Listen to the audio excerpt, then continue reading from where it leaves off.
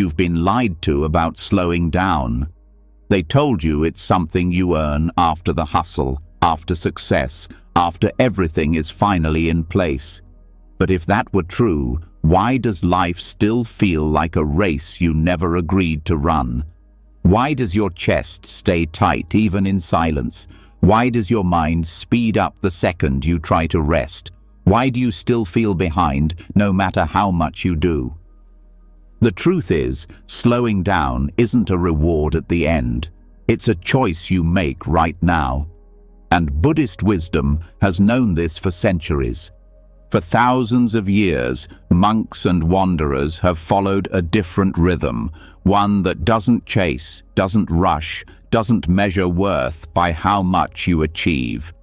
Instead, it invites you to move gently, breathe deeply, and be fully here, not by running away from life, but by stepping into it slowly.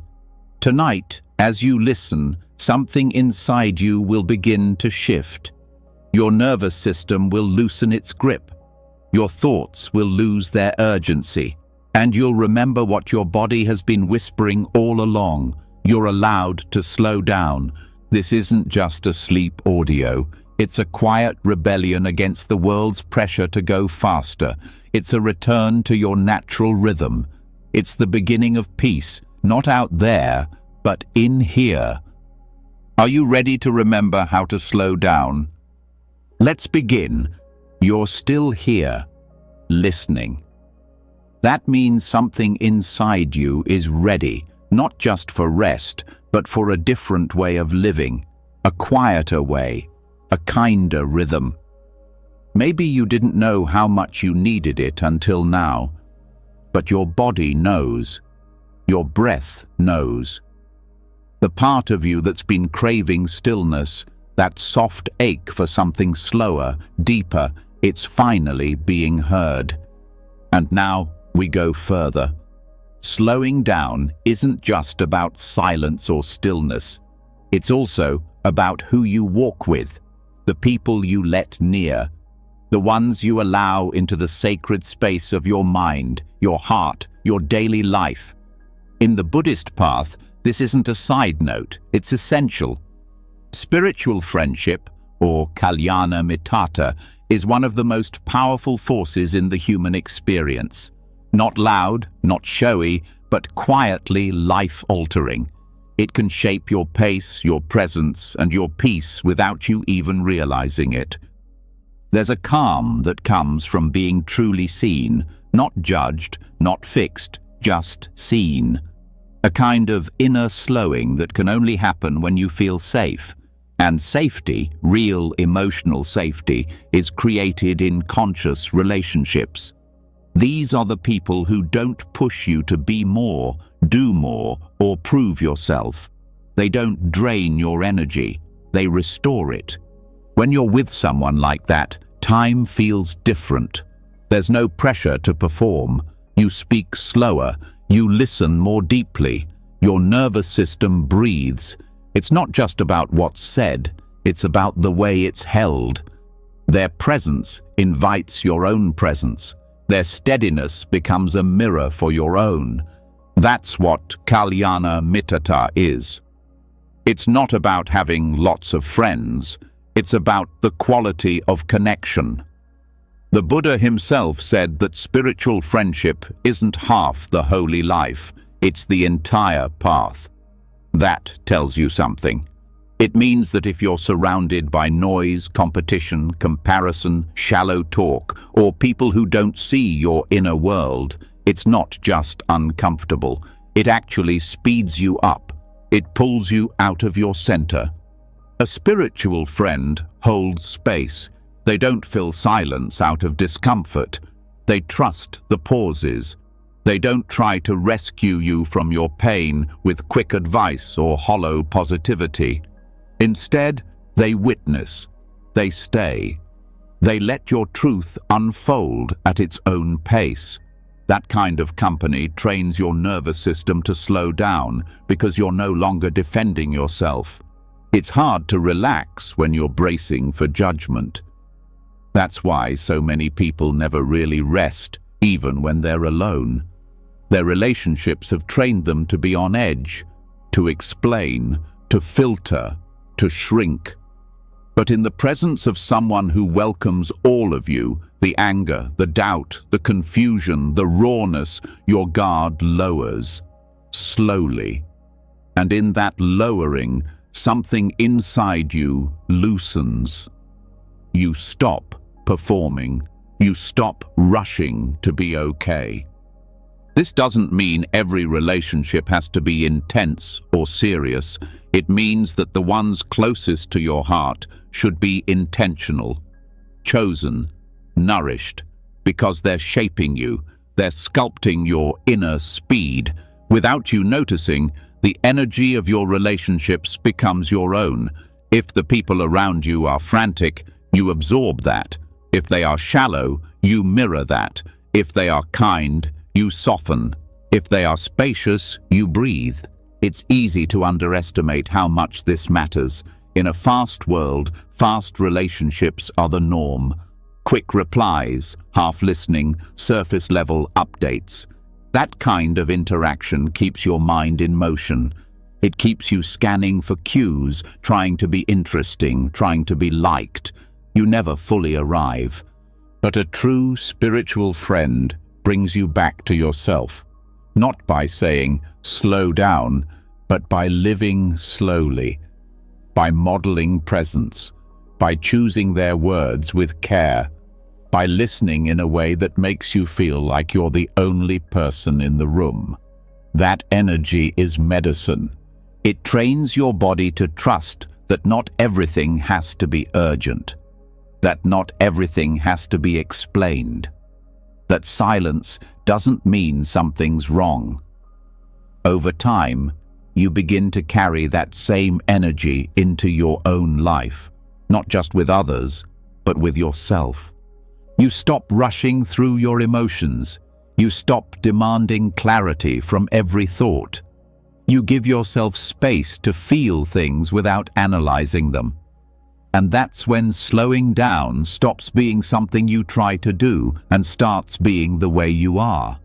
In conscious relationships, listening becomes a sacred act, not just hearing words, but absorbing their weight, pausing before responding, letting emotions breathe.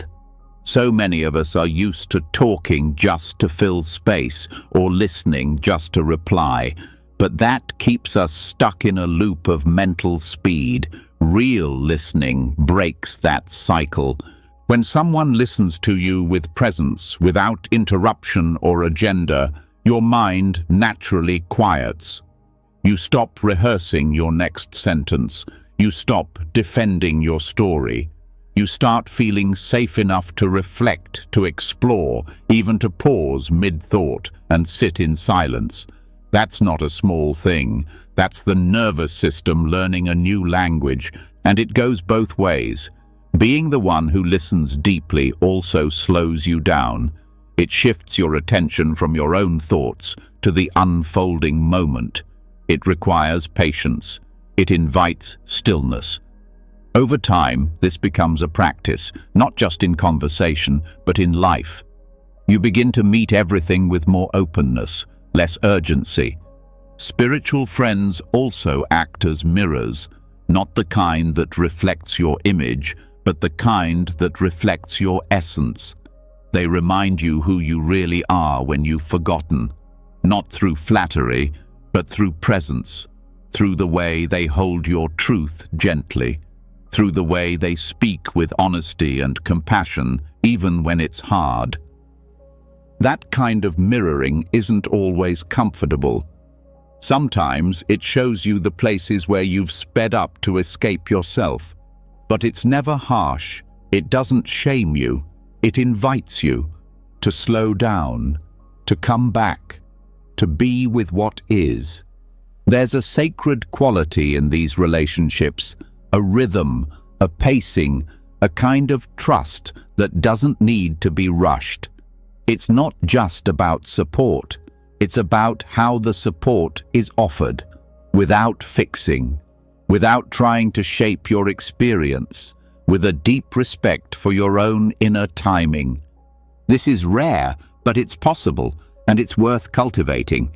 The truth is, many people are lonely, not because they're alone, but because they're not truly met. Their conversations skim the surface. Their presence is always split. Their friendships are functional, not soulful. And that makes it hard to slow down, because when you're not seen, you're always chasing something.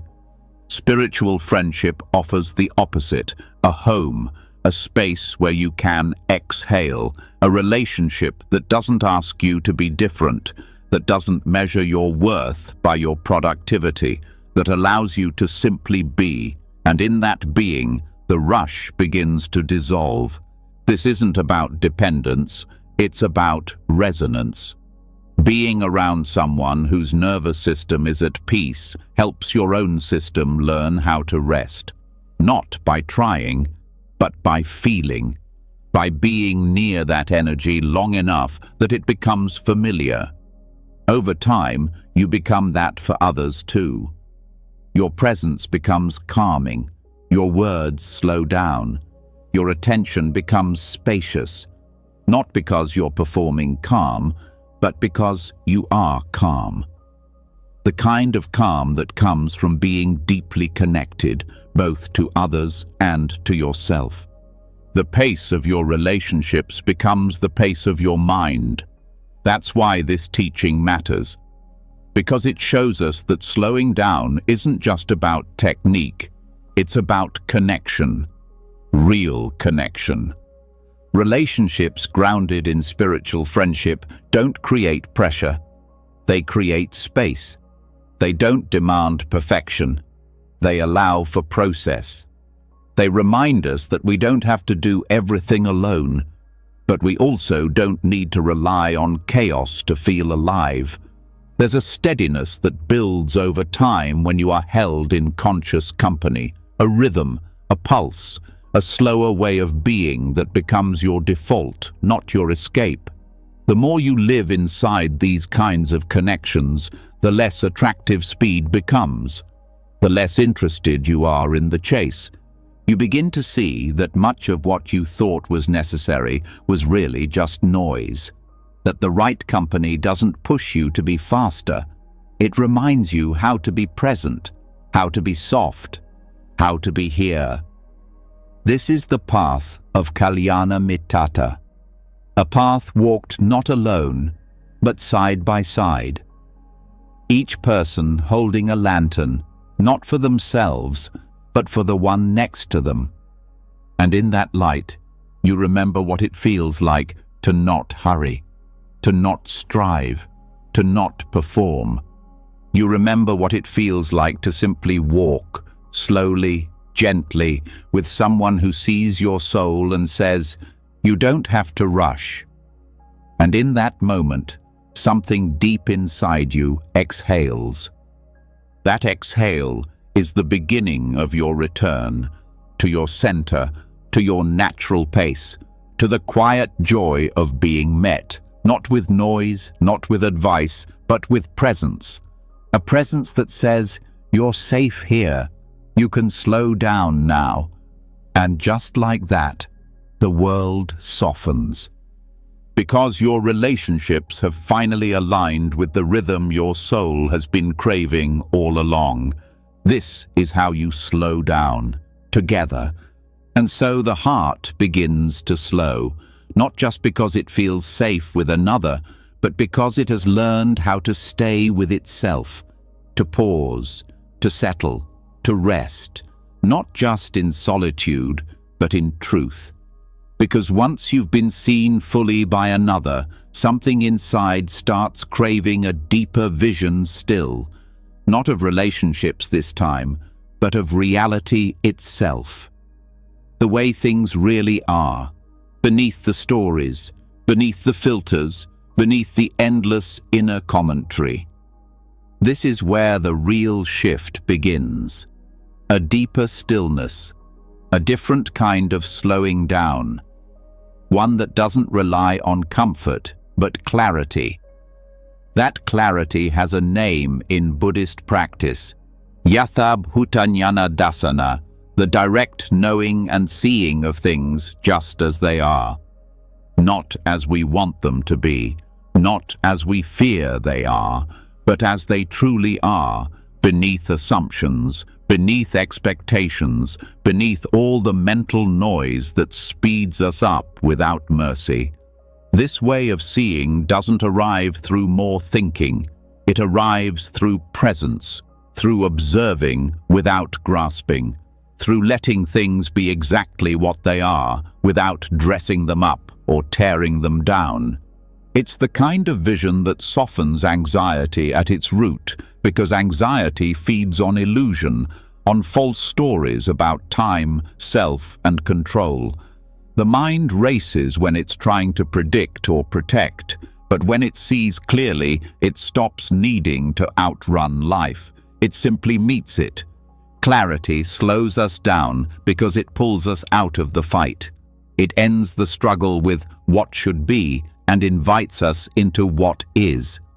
That's where the rush loses its power, not because you've numbed yourself, but because you're no longer negotiating with reality. This practice begins in small ways, by noticing the impermanence of a single breath, by observing how a thought arises, lingers, and fades, without you doing anything to push or pull. It deepens through watching how moments shift, how emotions dissolve, how identities unravel when you stop holding them so tightly. There's a calm that comes from seeing change directly, not as a concept, but as a constant. Noticing how everything, sounds, moods, sensations, arises and passes away over and over again. This isn't philosophical, it's practical. Because when you really see how nothing stays, you stop trying to hold on so tightly. You stop rushing to secure what cannot be kept. Urgency often comes from fear. A fear that if we don't act fast enough, feel strong enough, achieve high enough, we'll lose our worth. But when you see that nothing stays, not pleasure, not pain, not praise, not criticism, there's less pressure to grip, to prove, to chase. You begin to meet each moment as a visitor, not a possession. This kind of insight doesn't flatten experience, it sharpens it. You feel more, not less. But the feelings no longer control you. You see them arise like waves, knowing they will pass. This perspective doesn't make you detached, it makes you tender. Because you see the fragility in everything, and with that vision comes a natural gentleness. People think slowing down is about escape. But this path isn't about retreating from life, it's about seeing it clearly enough that you no longer have to fight it. The compulsion to rush often hides a resistance to grief, to letting go, to the truth that life cannot be pinned down. When you stop resisting that, your body softens. Your mind no longer spins trying to control the uncontrollable. Mindfulness of impermanence isn't about pretending you don't care, it's about learning to care differently, with presence instead of possession, with reverence instead of fear. That shift changes everything. Suddenly, you're no longer rushing through a moment to get to the next. You're fully in it, knowing it will never come again. That's where meaning lives, not in how long something lasts, but in how completely you meet it while it's here. This clarity also untangles suffering, not by erasing pain, but by dissolving the illusions that make it heavier. When you see that thoughts are just thoughts, not truths, that emotions are weather, not identity, that experiences are not who you are, but what you move through, a spaciousness opens, not emptiness, but freedom. From this place, your decisions slow down too. You stop reacting from habit and start responding from awareness. You're no longer driven by the urgency to fix, please, or escape. You listen longer. You wait before moving. You let things unfold without needing to push. That patience doesn't come from discipline. It comes from understanding, from seeing that the moment is already enough, that rushing won't bring you peace, and pausing won't take anything away. It simply reveals what's been here all along. This insight also reveals the layers of clinging that make life feel tight, not just to things, but to ideas, who we think we should be, what life should look like, what success or healing or happiness must include. When you see those attachments clearly, without judgment, they begin to soften. You stop forcing yourself to meet impossible ideals. You start living from where you actually are. And you learn that this moment, exactly as it is not a problem to be solved, but a mystery to be lived. That shift alone can quiet 1,000 rushing thoughts. Seeing clearly also changes how we relate to others. You stop expecting them to stay the same. You let go of the pressure for them to behave how you want. You understand that people, like everything else, are changing moment by moment. This doesn't make you cold. It makes you compassionate. You stop clinging to roles and begin meeting others in their present state, not through your filtered memory of who they were. This opens the door to deeper connection, because when you're no longer fighting reality, you can actually be present for it. You're no longer having a conversation with your expectations. You're having a conversation with them. That realness creates warmth. It slows the pace of relating, turning dialogue into presence, silence into intimacy. In Buddhist teachings, this clear seeing is not limited to spiritual retreats or meditation cushions. It's meant for everyday life. Washing dishes, feeling irritation, hearing a bird call, watching your breath in traffic. Each moment is a doorway, not to something exotic, but to something true. And the more you step through, the more natural slowness becomes. You begin to live as if each moment is enough. Not because you've convinced yourself of that, but because you've seen that it's all you ever really have. There's no later, no final arrival, no future version of yourself who finally figures it all out. There's only now, and the more fully you see it, the more precious it becomes. Clarity brings reverence, not as an idea, but as a direct experience, the way a shadow moves across your wall, the feeling of cool air on your neck, the weight of your body against the bed right now. These things are not background noise, they're life. And when you see them fully, the desire to rush slips away, because what you were chasing is already here. The mind doesn't need to be silent to be still. It needs to see through the noise, through the fear, through the illusions that say something is missing. Yathabhutanyana dasana isn't perfection, it's perception. It's what happens when you stop believing the commentary and start seeing the moment. Over time, this insight becomes your anchor. Not a rigid belief, but a living awareness. You don't have to remind yourself to slow down anymore. You just don't want to rush. Because why would you hurry through something this rich, this fleeting, this real? Even the difficult moments shift under this light. Pain still hurts, but it no longer defines you. You feel it move through, not take over. You meet discomfort with curiosity instead of panic. You stop being afraid of feeling because you've learned that nothing stays, not even the heaviness. There's power in that. The power to stay, to witness, to soften instead of scramble. The kind of power that doesn't look like control, but like surrender. Not giving up, but letting go of what was never yours to hold so tightly in the first place. And so, through this seeing, life begins to flow again. Not because it changed, but because you did. Because you're no longer trapped inside the illusion of control, no longer clinging to permanence in a world that keeps breathing, moving, shifting, moment by moment.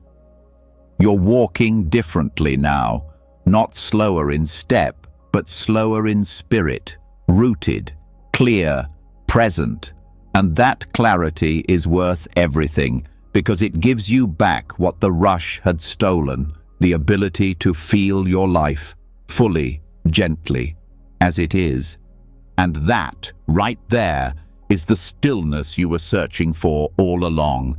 And so, clarity becomes your ground.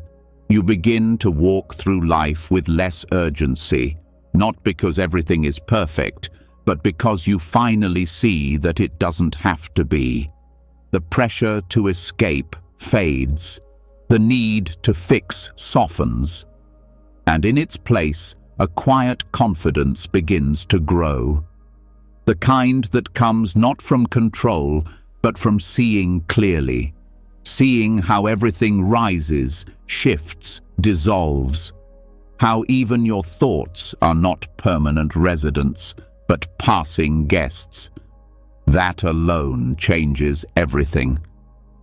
But there's a deeper stillness still waiting, not in the thoughts themselves, but in the spaces they leave behind. We rarely notice these spaces. Most people live in constant mental motion, thoughts stacked on top of each other, no breath between them. And yet, if you slow down enough, if you learn how to listen, you'll discover something extraordinary. Between one thought and the next, there's a pause, a gap, a tiny silence that often goes unnoticed. And in that silence, something timeless waits, something more peaceful than any thought could offer. This isn't something you create, it's something you uncover.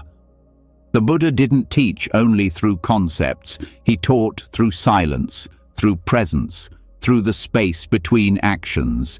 In this stillness, there is no trying, no chasing, no identity to defend. There is only being.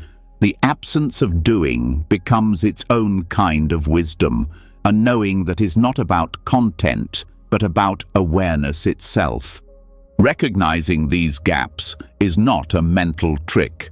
It's a shift in perception. You're not forcing the mind to be quiet. You're simply noticing when it already is. This noticing changes your relationship with thinking altogether. You begin to realize that thoughts are not constant. They arise, they linger, and they fade.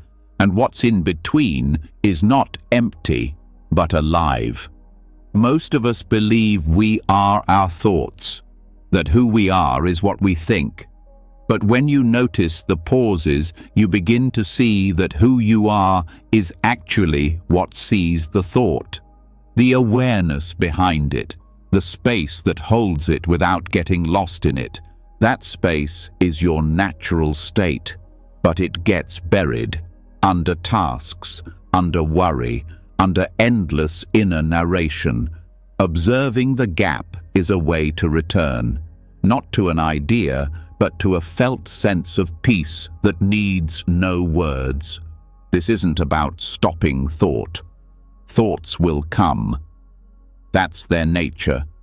But by learning to rest in the spaces between them, you're no longer pulled by their momentum. You become the observer, not the reactor. There's a softness here, a kind of still rest that doesn't need explanation. No judgment, no effort, just being. That being is what the Buddha pointed to when he spoke of non-doing. It doesn't mean laziness or avoidance. It means the mind no longer clings, no longer interferes. It means allowing what is to simply be. This is not easy in a world that teaches us to fill every silence, that praises constant stimulation. But the deepest truths are not spoken. They are felt in the spaces where nothing is said, in the quiet after a breath, in the pause between thoughts, in the still moment when you stop chasing the next moment. As your awareness sharpens, you'll begin to notice this gap more often. At first, maybe just for a second, then longer. In meditation, these spaces can open naturally. You sit, you breathe, you watch the thoughts rise, and then suddenly there's nothing, just presence, not asleep, not distracted, just here, and that here is more restful than sleep, because it holds no story, no identity, just awareness, clear and open. The more you learn to recognize this, the more your nervous system begins to trust it. That trust is vital. Without it, you'll always return to thinking as a form of control. But when you feel the safety of stillness, you no longer reach for thoughts like a life raft. You rest in what is. In daily life, these pauses are available too. In a conversation, the silence before you speak. In walking, the moment between steps. In work, the breath between tasks. You begin to move differently, not slower out of effort, but naturally. Because your attention is resting in what's real, not in what's next. Non-doing doesn't mean you stop living. It means you stop fighting your life. You do what needs to be done, but without being consumed by it. The action flows from stillness, not tension. It becomes more effective, more intuitive, less noise, more precision. Even in difficulty, the gap is there. When fear arises, there's a moment before reaction. That moment is freedom. In that space, you can choose. You don't have to follow the old pattern. You don't have to rush. You can just stay, feel, watch. And sometimes, in that pause, the fear softens. Not because you pushed it away, but because you gave it space to move. Emotions, too, are not permanent. They pass through when you let them. The pause between their rise and fall is where understanding lives. This awareness begins to reshape your whole life. It turns ordinary moments into sacred ones. Not because of what's happening, but because of how present you are for them. The cup in your hands, the quiet of morning, the sound of your breath in the dark, all of it held in the pause. This kind of presence doesn't require a special place or perfect conditions. It requires only willingness, a willingness to stay, to witness, to not rush away. The mind will want to fill the silence. That's okay. Let it come. Watch it pass. Then come back to the space, to the pause, to the awareness that never leaves, no matter what the thoughts are doing. Over time, this becomes a practice not of effort, but of returning, over and over again. Back to the pause, back to the breath, back to the quiet you forgot was always with you. And with that return comes a shift, not in what you do, but in how you are. You begin to live from the inside out, not driven by external noise, but guided by internal stillness. This changes your conversations. You speak more slowly, you listen more fully. You wait longer before reacting. You begin to sense what needs to be said and what doesn't. You notice the energy behind your actions. You become more aware of intention, not just behavior. What used to be automatic becomes conscious. The gap gives you time to choose, and choice gives you freedom. Even the body responds. Muscles soften, the breath deepens, the heart slows, not because you forced calm, but because you allowed space. That allowance is powerful. It breaks the cycle of grasping. It invites life to flow. You don't need to understand everything. You just need to stay with it. Stay with the silence long enough to see that it's not empty. It's full of presence, full of clarity, full of wisdom that thinking can't reach. There is peace in not knowing. There is stillness in not doing. There is truth in simply being. The pauses between thoughts are not interruptions. They are the doorway to awareness, to freedom, to yourself. And through that door, life becomes quiet. Not because the world changed, but because you're finally hearing what's underneath the noise. This is the silence the Buddha pointed to. Not a silence of absence, but of depth. Not a silence of emptiness, but of wholeness. And once you've felt it, even for a breath, you'll never forget it. Because it's who you were before thought. It's what you return to when thought is gone. It's the stillness that was always waiting, right here in the pause. So the pause becomes the teacher, a doorway not to detachment, but to intimacy. As you rest in those quiet spaces between thoughts, something shifts. You start listening differently, to others, to your body, to the world itself. Life stops being a blur. It slows, it deepens. And in that deepening, a question begins to rise quietly from within. If stillness feels this honest, then why do we live in such a hurry? Why do we treat speed as a virtue, busyness as proof of value, productivity as the highest form of goodness? There's a tension here that you start to notice more clearly. The world moves fast.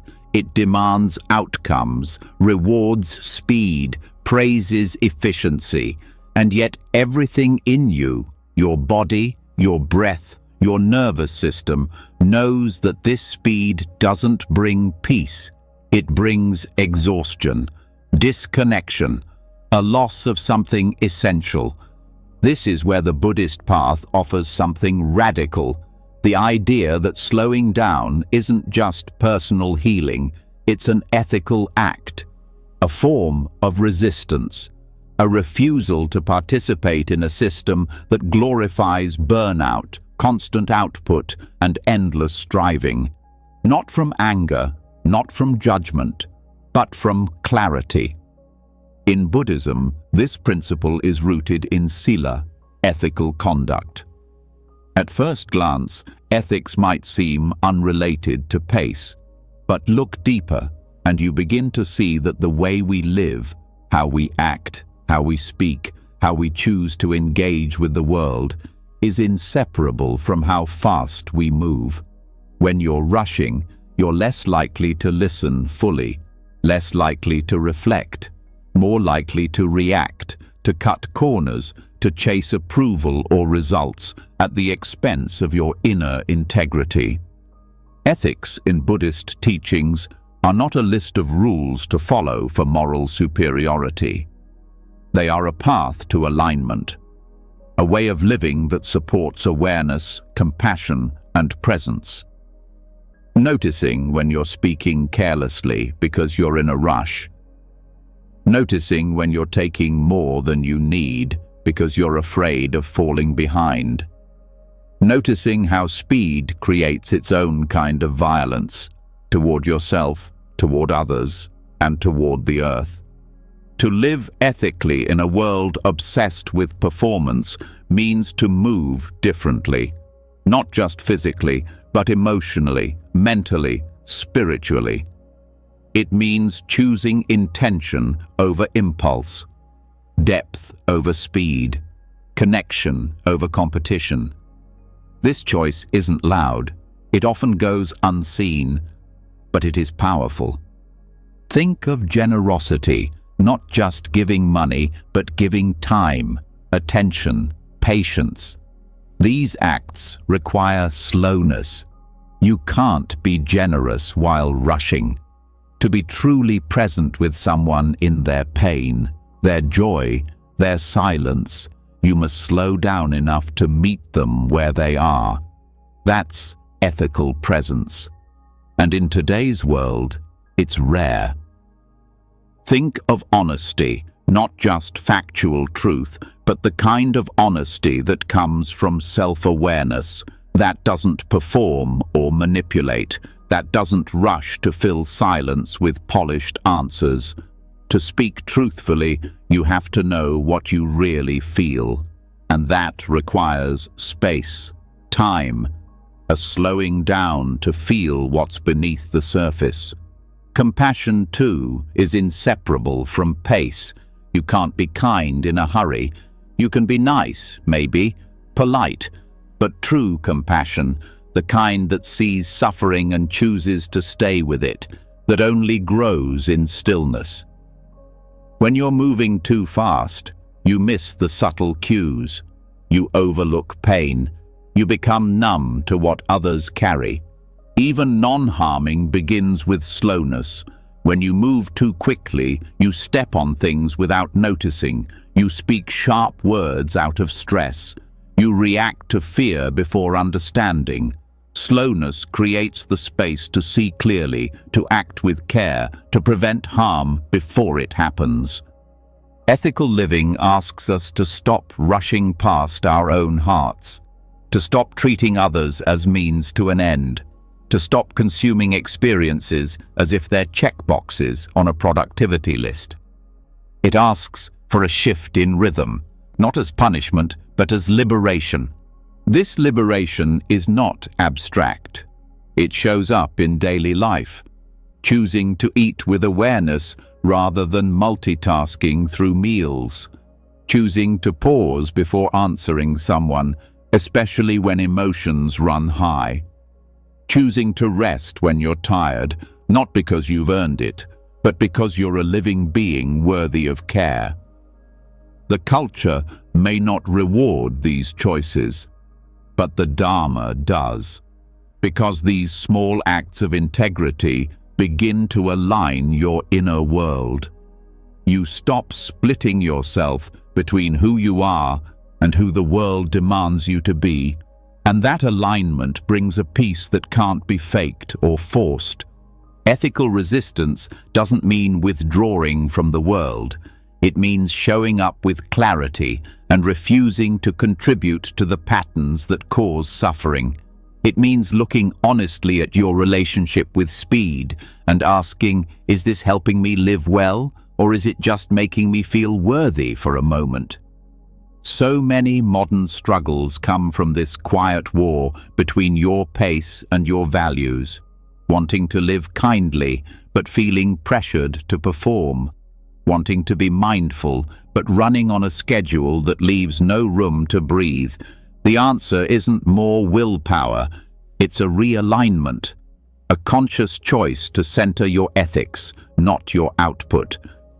When you live from sila, you begin to see your energy as sacred. You stop pouring it into tasks that violate your peace. You learn to say no, not as rejection, but as reverence, for your own life, your own boundaries. You begin to choose people, projects, conversations that nourish your spirit, not just your reputation. And yes, it might look strange to others. Slowness often does. In a world chasing urgency, stillness can feel like rebellion, but it's a rebellion rooted in care, in sanity, in the wisdom that knows speed does not equal meaning. There's nothing ethical about constantly being available, about never resting, about numbing yourself with productivity until there's no room left to feel. And yet, this is what so many are conditioned to believe is good, responsible, admirable. True ethics challenge that conditioning, not with blame, but with presence. Presence that chooses silence when the world demands noise, that chooses careful listening over clever replies, that values people over progress, that honors time not as a commodity, but as a gift. This way of being isn't passive. It's active, precise, grounded. It asks you to examine your habits. How often do you rush your words to avoid discomfort? How often do you agree to things you don't believe in because you're afraid of falling behind? How often do you say yes out of fear rather than love? These questions aren't meant to shame. They're meant to wake something up. A remembering that you are not here to perform your value. You're here to live it. And that begins with rhythm. Slowing down is not about doing less. It's about doing differently. Doing with care, with intention, with awareness of impact. It's about pausing long enough to ask, is this aligned with the kind of world I want to help build? When you act from that place, your life becomes a quiet protest against exploitation, against disconnection, against the internalized belief that you must prove your worth through exhaustion. Instead, you become a vessel for something softer, more honest, more rooted. You begin to trust that you don't have to force goodness. It flows naturally when your actions reflect your values. And from this place, slowness is no longer something to apologize for. It becomes your teacher, your compass, your offering. Every slow breath becomes an act of defiance against a system that treats humans like machines. Every deliberate word becomes a seed of clarity. Every moment of presence becomes a thread of peace woven into a culture unraveling from speed. This is not just about personal healing, it's about collective sanity. Because when one person slows down, it gives others permission to do the same. Your pace becomes an invitation, a mirror, a reminder that another way is possible. You may not see the ripple right away, but it happens. In the way someone feels seen after you listen without interrupting. In the way a child relaxes when you're not rushing them. In the way your body begins to trust that it no longer has to push through everything. These small ripples are how change begins, not through force, but through presence, through slowness lived as truth. This is the heart of Sila, not moral perfection, not rigid rules, but a way of living that returns you to balance, that asks gently how you want to show up in this world, not just once, but again and again. And as you ask that question more often, your life begins to align. The tension starts to ease. The rush loses its grip. Not because the world slowed down, but because you did. And that changes everything. When the world stops spinning in your head and you begin to live in a pace that matches your truth, something shifts beneath the surface. Your thoughts become clearer. Your choices feel lighter. Life, for once, fits. This kind of ethical rhythm opens a space inside you where presence becomes the default, not the exception. But presence isn't only found in stillness. It's also found in movement. When that movement is intentional, aware, and free from the pressure to be anywhere but here. Walking meditation is not just a practice, it's a profound return. a way to break free from the invisible weight of time constantly pressing against your shoulders. Not the kind of time marked by clocks and schedules, but the inner time that ticks with tension, the feeling that you should already be somewhere else, be someone else, be further along. Most people walk to get somewhere. They move fast, heads forward, minds already 3 steps ahead. The body becomes a machine for transport, the mind a passenger lost in memory or anxiety. But walking meditation invites something else entirely. It invites you to inhabit your steps, to stop treating walking as a means to an end and start treating it as the practice itself, as life itself. Each step becomes a homecoming, not just physically, but mentally, emotionally, spiritually. You feel the ground under your feet. You sense the rhythm of your body. You hear the sound of your breath. You enter the only moment that has ever been real, this one. Not the next one, not the last one, just this one. Time shifts when you walk this way. It no longer feels like a straight line pulling you forward. It starts to feel like a circle, or even like stillness itself. Because when you are truly present in each step, time dissolves. The pressure to move faster disappears. What remains is experience, pure, immediate, unfiltered. This is not philosophical, it is practical. When you walk without rushing, your mind quiets, your breath deepens, your awareness sharpens.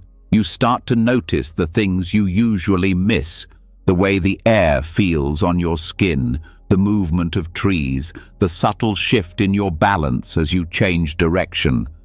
These are not distractions, they are the doorway. The practice is simple. You walk slowly, not artificially, not to look spiritual or strange, but slow enough to feel, to know you are walking. You let your arms move naturally. You place your attention on the contact between your foot and the ground. You notice the shift of weight, the rolling motion, the soft push forward. Each detail becomes a point of return.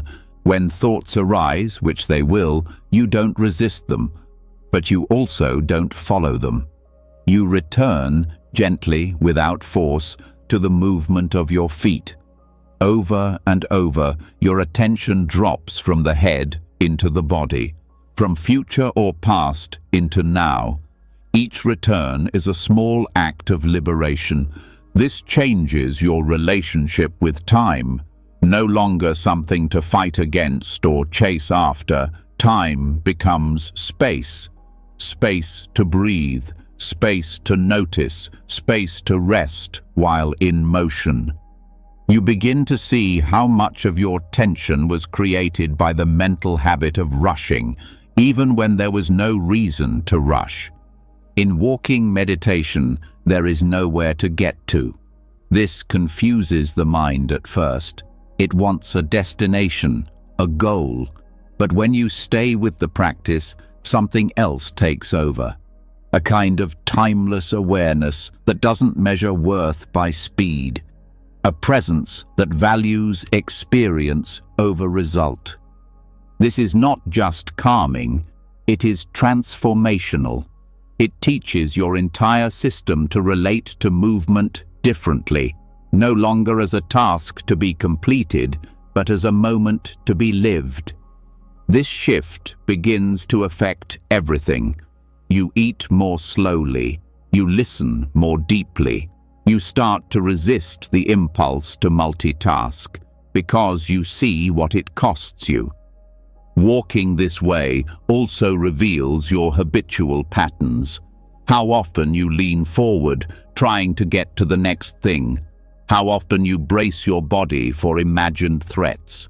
How often your mind pulls you away from your direct experience. These habits can only be changed by awareness, not by force. Walking meditation offers that awareness, not as judgment, but as clarity. There is something deeply healing about returning to the ground. So many people live in their heads. They forget they have feet. They forget the earth is always beneath them. When you walk with presence, you reconnect with that support, with that quiet, constant companionship of the ground. It holds you, step after step, without needing anything in return. This connection is more than physical. It's emotional, psychological, existential. When you walk mindfully, you begin to feel your belonging, not in some abstract sense, but right here, in the simple contact between skin and soil. You are not separate. You are part of something steady, vast, and alive. Over time, walking meditation also builds resilience, not by teaching you how to push harder, but by showing you how to stay, with discomfort, with restlessness, with the rawness of being human. You stop needing to move faster to escape what you feel. You learn to be with it, to walk with it, to carry it gently, step by step. This kind of presence builds a different kind of strength, a groundedness that isn't shaken by minor stresses, a calm that doesn't depend on circumstances, a rhythm that allows you to live without hurrying your life away. In the Buddha's time, monks and nuns spent much of their day walking, not because they had no transportation, but because walking was part of their practice, a way to embody the teachings, to stay close to the earth, to meet each moment with attention. This is still true today. Whether you live in a forest or a city, walking can become your path, not a separate activity, but part of your daily rhythm. A walking meeting, a walk between appointments, a mindful trip to the store. Every step becomes an opportunity to return. Return to what? To the only moment you will ever truly live in.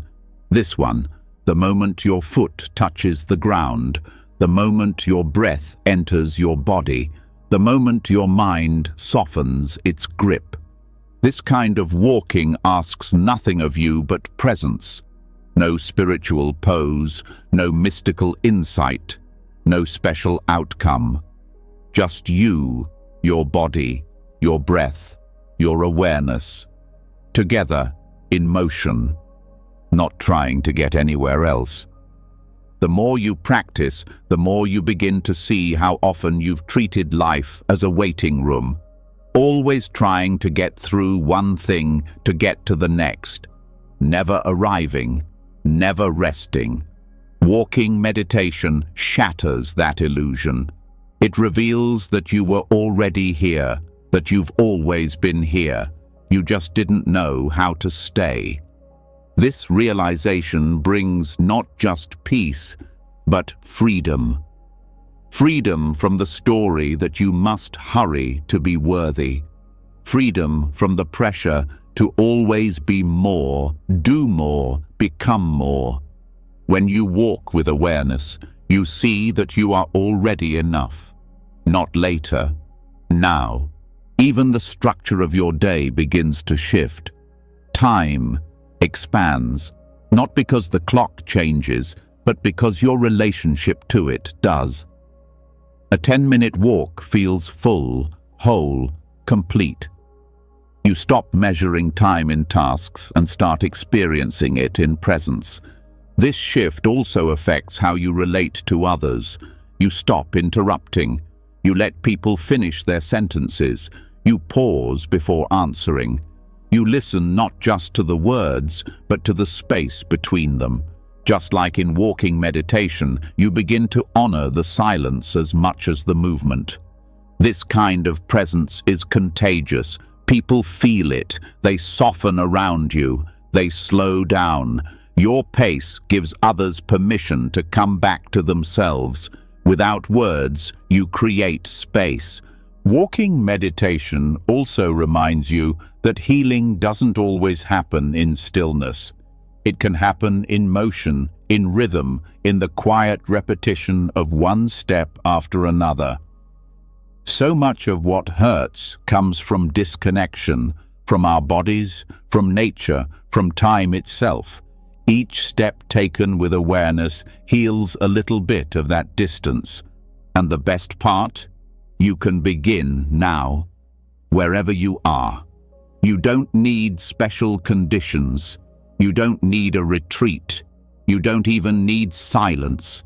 All you need is the willingness to return, to bring your attention to your step, and then to the next. With time, this becomes your default rhythm. Not slow for the sake of slowness, but honest, aligned, present. You begin to move through life like someone who knows they are home. Not in a place, but in a presence. And in that presence, time finally loses its grip. Not because it stops, but because you stop being trapped by it. You're no longer chasing, you're walking. One step, one breath, one sacred moment at a time. So you learn to walk again, not just through space, but through time. And not the kind of time that keeps you checking clocks, but the kind that unfolds in the quiet rhythm of your steps. You begin to understand that the world does not rush you. It's the inner noise that does. The noise quiets each time you pause, each time you return to the ground, each time you remember that presence needs no destination. And as the steps continue, another question starts to grow quietly inside you. If time no longer demands urgency, then what else have we been taught to value only for what it can do instead of what it is? This leads to something tender, a deeper inquiry, something that goes beyond motion, beyond time, even beyond doing. A realization that much of what is most beautiful in life has no utility. It serves no task, it accomplishes nothing, and yet it holds immeasurable meaning. In Buddhist teachings, the Buddha once pointed to a pile of leaves, saying that what he had taught was like a handful, while what he knew was like all the leaves in the forest. From this metaphor, many see the simplicity of his message. But look again. There's something more hidden there, a deeper lesson about the value of what seems unnecessary. Because in that forest, not every leaf is useful. Some nourish, some decay, some just are, and yet they are part of the whole. We live in a world that assigns value based on function. You are useful if you produce, if you solve, if you give a return. The moment something appears non-functional, it is dismissed, overlooked, forgotten. But the Dharma speaks to a different truth, a truth that whispers softly. What is most human, most sacred, is often what can't be measured at all. Slowing down invites you to rediscover this truth. When you stop moving at the speed of tasks, you begin to see the parts of life you usually ignore. The cracks in the pavement, the stillness of a rainy afternoon, the part of your mind that doesn't try to explain, just observes. These are not outcomes, they are not tools, they are the useless leaves of your life, and they hold everything. Function tells us to skip what doesn't lead to a result. Presence tells us to stay even when nothing is happening. That staying becomes a revolution. Because in it, you begin to reclaim your ability to value something without needing to justify it. This touches everything: how you speak, how you listen, how you spend your time. You begin to find worth in the things you once ignored. Watching a candle burn, listening to music without multitasking, sitting with a friend and saying nothing at all. To the productivity mind, these moments are a waste. But to a quiet heart, they are nourishment. They return you to the truth that not everything sacred must be earned. Some things are given. Some things are here simply to be experienced, not used. This includes parts of yourself.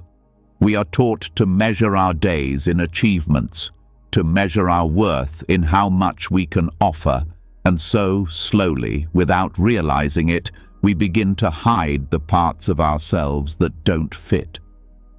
The daydreamer, the sensitive one, the quiet wonder that doesn't build anything but beauty. But the Dharma sees no such division. It makes room for the whole, the silence and the speaking, the usefulness and the stillness, the leaf that feeds and the leaf that simply falls. This view allows you to stop treating yourself like a project. It allows you to rest, not because you finished everything, but because even your resting self has worth. This understanding dissolves the internal war, the push to always be more, the shame of being tired, the guilt of doing nothing. Because you begin to see that doing nothing is often the deepest form of healing. When you stop asking every moment to serve a goal, the moment becomes enough.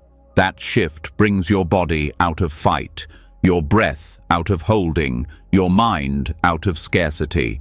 And what takes its place is intimacy, a real relationship with life, not as something to manage, but something to meet, fully, with all of yourself, not just the productive parts. This also shifts how you relate to others. In a world that celebrates only the loudest, the fastest, the most efficient, you begin to cherish what's quiet, what's slow, what doesn't seek attention. A child's laugh, a grandmother's silence, the presence of someone who sits beside you without filling the air. You no longer need people to perform their worth, and so you stop performing yours. This opens the space for real connection, where nothing needs to be proven and everything is welcome. The leaf becomes a teacher. It reminds you that life is not a checklist, that even what falls away has value, that not everything you feel has to make sense, that softness is not failure, that stillness is not emptiness. This changes your idea of contribution. You start to trust that your presence matters even when you're not fixing anything.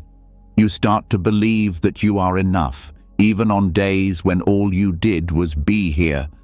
And that belief is not weakness, it is wisdom. The kind of wisdom that doesn't fight to be seen, but offers itself quietly, like a fallen leaf on a forest floor. Unused, unneeded, whole. It's tempting to try and earn stillness, to prove we deserve to rest, to fill even our spiritual practice with effort and expectation. But this too can become a trap. A gentler path says, let some things be for their own sake. A walk not for steps, but for walking. A breath not to calm you down, but to feel what breath feels like. A conversation not to solve anything, but to share space. This is where slowing down becomes more than recovery. It becomes revelation. Because you begin to see what was always there, waiting to be noticed, and you realize it never needed to be more. Meaning doesn't arrive only through purpose, it also arrives through presence. And some of the most meaningful things have no obvious purpose at all. They remind us that we are not machines, that our value is not tied to what we produce, that our being, raw, quiet, unpolished, is enough. You carry this with you as you move through your days. You speak a little softer. You sit a little longer. You notice the beauty of things that serve no role, like laughter that fades, like tears that have no explanation, like the spaces between words, the pauses in conversation, the parts of life we used to call empty, but which are, in truth, the most alive. This seeing grows slowly. It doesn't arrive all at once. But each time you choose to value the useless, a part of you heals, a part of you returns, a part of you says, I don't need to do anything to be enough. And from that place, you live differently, not passively, but with reverence, not detached, but engaged in a new way, a way that sees worth not just in outcomes, but in existence. This is not about neglecting your responsibilities. It's about refusing to reduce your life to them. It's about honoring the unseen, the uncounted, the unnoticed moments that make a life rich. And it's about slowing down, not because you must, but because something in you wants to. Because it knows that what really matters cannot be rushed. So you keep walking, not to get anywhere, but to stay close to yourself, to this moment, to the leaf that falls with no reason but grace. And in that closeness, something opens, not loudly, not urgently, just enough to remind you you were never meant to be useful all the time. You were meant to be here, alive, whole, enough. And in that truth, time slows, breath softens, and life becomes clear again. So the pace of life begins to shift. You no longer feel the need to fill every silence, fix every thought, or justify every moment with purpose. You start to notice how much of your exhaustion came not from what you were doing, but from how tightly you were holding everything. The tension of being useful, the pressure of being fast, the weight of always being on the way to somewhere else. As you learn to let those pieces fall away, what remains is simpler. You begin to rest in things just as they are, and for the first time, you stop asking life to prove itself. But even in this slowing, there's a deeper question waiting, one that doesn't just shift your rhythm, but your view entirely. What happens when you step even further back? There is a kind of freedom that only comes from perspective. When you take a step back from your to-do list, you feel some ease. When you take a step back from your emotions, you see with more clarity. But the Buddha offered a view so vast, so humbling, that it doesn't just relieve stress, it dissolves urgency at its root. That view is cosmological. In Buddhist cosmology, time is not a straight line from birth to death. It is vast beyond comprehension. It is cyclical, expansive, and deeply impersonal. This is not meant to confuse. It is meant to liberate. Because when you begin to understand your life within the scale of what the Buddha called kalpas, immeasurable spans of time, you begin to loosen your grip on the illusion that everything must happen now. A single kalpa is said to be so long that traditional metaphors fail to capture it. One common teaching compares it to brushing a mountain with a silk cloth once every 100 years. By the time the mountain is worn away, that is still not a full kalpa. Within this scale, lifetimes rise and fall like morning mist. Civilizations appear and vanish. Suns are born and burn out.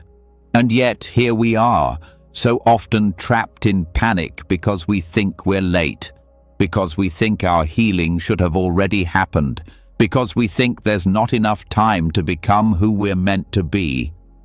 But the truth is, time is not running out. It is unfolding. This doesn't make your life meaningless. It makes it sacred.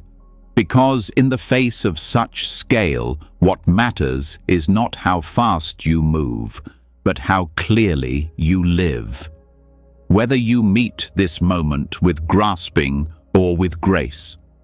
Whether you use your brief window not to chase every goal, but to deepen in wisdom. Zooming out doesn't mean detaching. It means seeing more fully. When you hold the awareness of cosmic time, you start to let go of the personal stories that once felt so heavy. That fight you had last week. That thing you haven't achieved yet. That comparison that still stings. They shrink, not because they're trivial, but because you're no longer measuring your life in hours and results. You're measuring it in awareness. Buddhist cosmology also reminds us that we've done this before, over and over again, not as punishment or reward, but as part of the endless unfolding of existence. Birth, death, rebirth, not just once, again and again, through countless forms, countless moments. This removes the panic from not getting it all right in one life. It gives you room to grow slowly, with compassion. There's a wisdom that comes from knowing this is not your only chance. You begin to value your intentions more than your accomplishments. You begin to care less about winning and more about waking up. This view also dissolves the illusion of isolation. You are not the center of the story. You are not the hero. You are not the failure. You are part of a pattern that extends beyond lifetimes, beyond species, beyond planets. This is not about erasing your importance. It's about erasing the fear that you're alone. Even suffering looks different within this frame. Not as something to get rid of quickly, but as part of the larger fabric of transformation. Pain isn't the enemy. It's the condition through which compassion becomes possible, through which clarity is refined. When urgency drops, presence arises. You begin to walk slower, not because you're lazy, but because you understand there's no final destination. You begin to listen more deeply, not because you're unsure, but because you no longer need to be first. You begin to rest without guilt, not because you gave up, but because you remembered that there is time. The pressure to define yourself begins to dissolve. In a world that moves fast, people rush to build identity, to become someone, to prove value. But when you look through the lens of cosmic time, identity becomes porous. It shifts. What you are is not a fixed role, but a presence moving through changing conditions. This doesn't strip you of meaning. It gives you room to hold your life lightly, to treat experience as something to be met, not mastered. You no longer see yourself as behind or broken. You see yourself as unfolding, and the way you relate to others changes too. You stop projecting urgency onto them. You stop rushing their process. You stop needing them to be different so that you can feel safe. Instead, you meet them where they are, with the patience of someone who knows that everything unfolds in its time. Even your work takes on a new shape. You begin to ask not what will get the most recognition, but what will still feel honest in 10 years. You stop living for the next hit of praise and start living for something steadier: integrity, truth, depth. Cosmic time doesn't remove sorrow, but it holds it differently. A grief held within a human-sized moment can feel crushing, but a grief held within a vastness that knows cycles, that knows return, becomes something else. Not lighter, but more whole, more bearable, more part of the story. There's also a humility that comes with this view, the kind that doesn't shame you, but frees you. You don't have to have it all figured out. No one does, not the wisest teacher, not the most experienced practitioner. Everyone is walking through the dark, holding a small light, learning, falling, returning. That return is the heart of Buddhist practice. You don't need to get it right once. You need to return again and again to what is true. Cosmic time gives you permission to do that without rushing, without shame, without comparison. This view doesn't ask you to abandon your responsibilities. It asks you to see them within context. The conversation you're having today matters, but it's not the whole story. The mistakes you've made are real, but they don't define you. The beauty you feel is precious, but it's not the only beauty you'll ever know. Everything becomes part of a wider unfolding, and in that unfolding, you begin to relax, not into laziness, but into trust.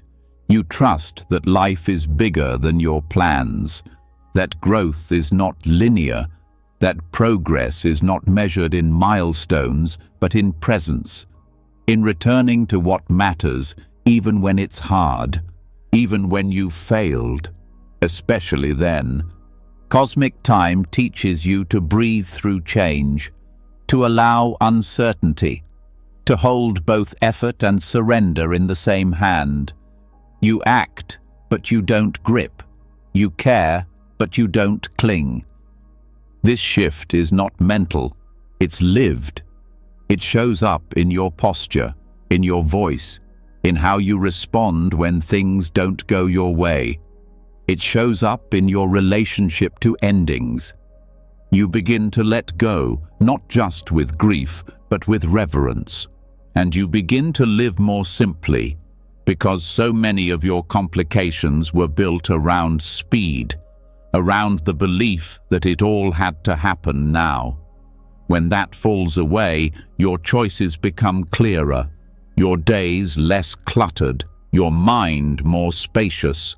This spaciousness becomes your refuge, a place you carry with you, not found in any one moment, but in every moment you remember to zoom out, to soften, to rest in the truth that you are already part of something vast and timeless.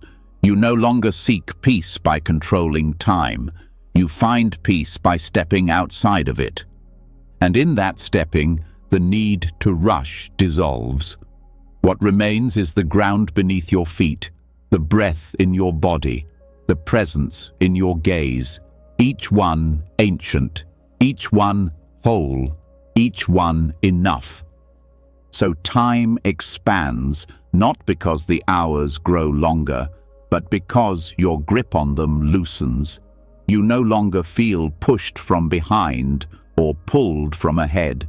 With the view of vast cycles and infinite unfolding, the race to be somewhere else finally starts to lose its power. There's nothing left to chase when you realize there is nowhere to arrive, only layers of presence to return to.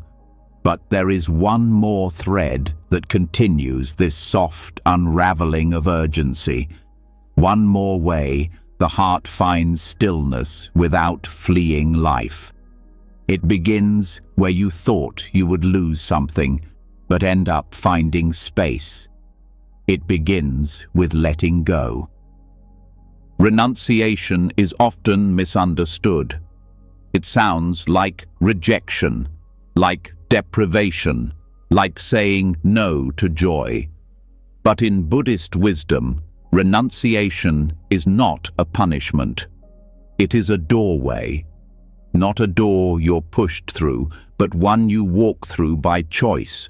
Not because you hate what's on the other side, but because what's behind it has grown too loud, too heavy, too much. Renunciation is not turning away from life.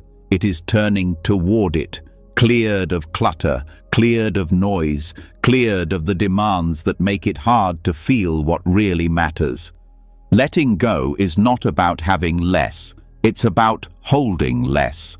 Less tension, less grasping, less attachment to outcomes, identities, and stories that no longer fit.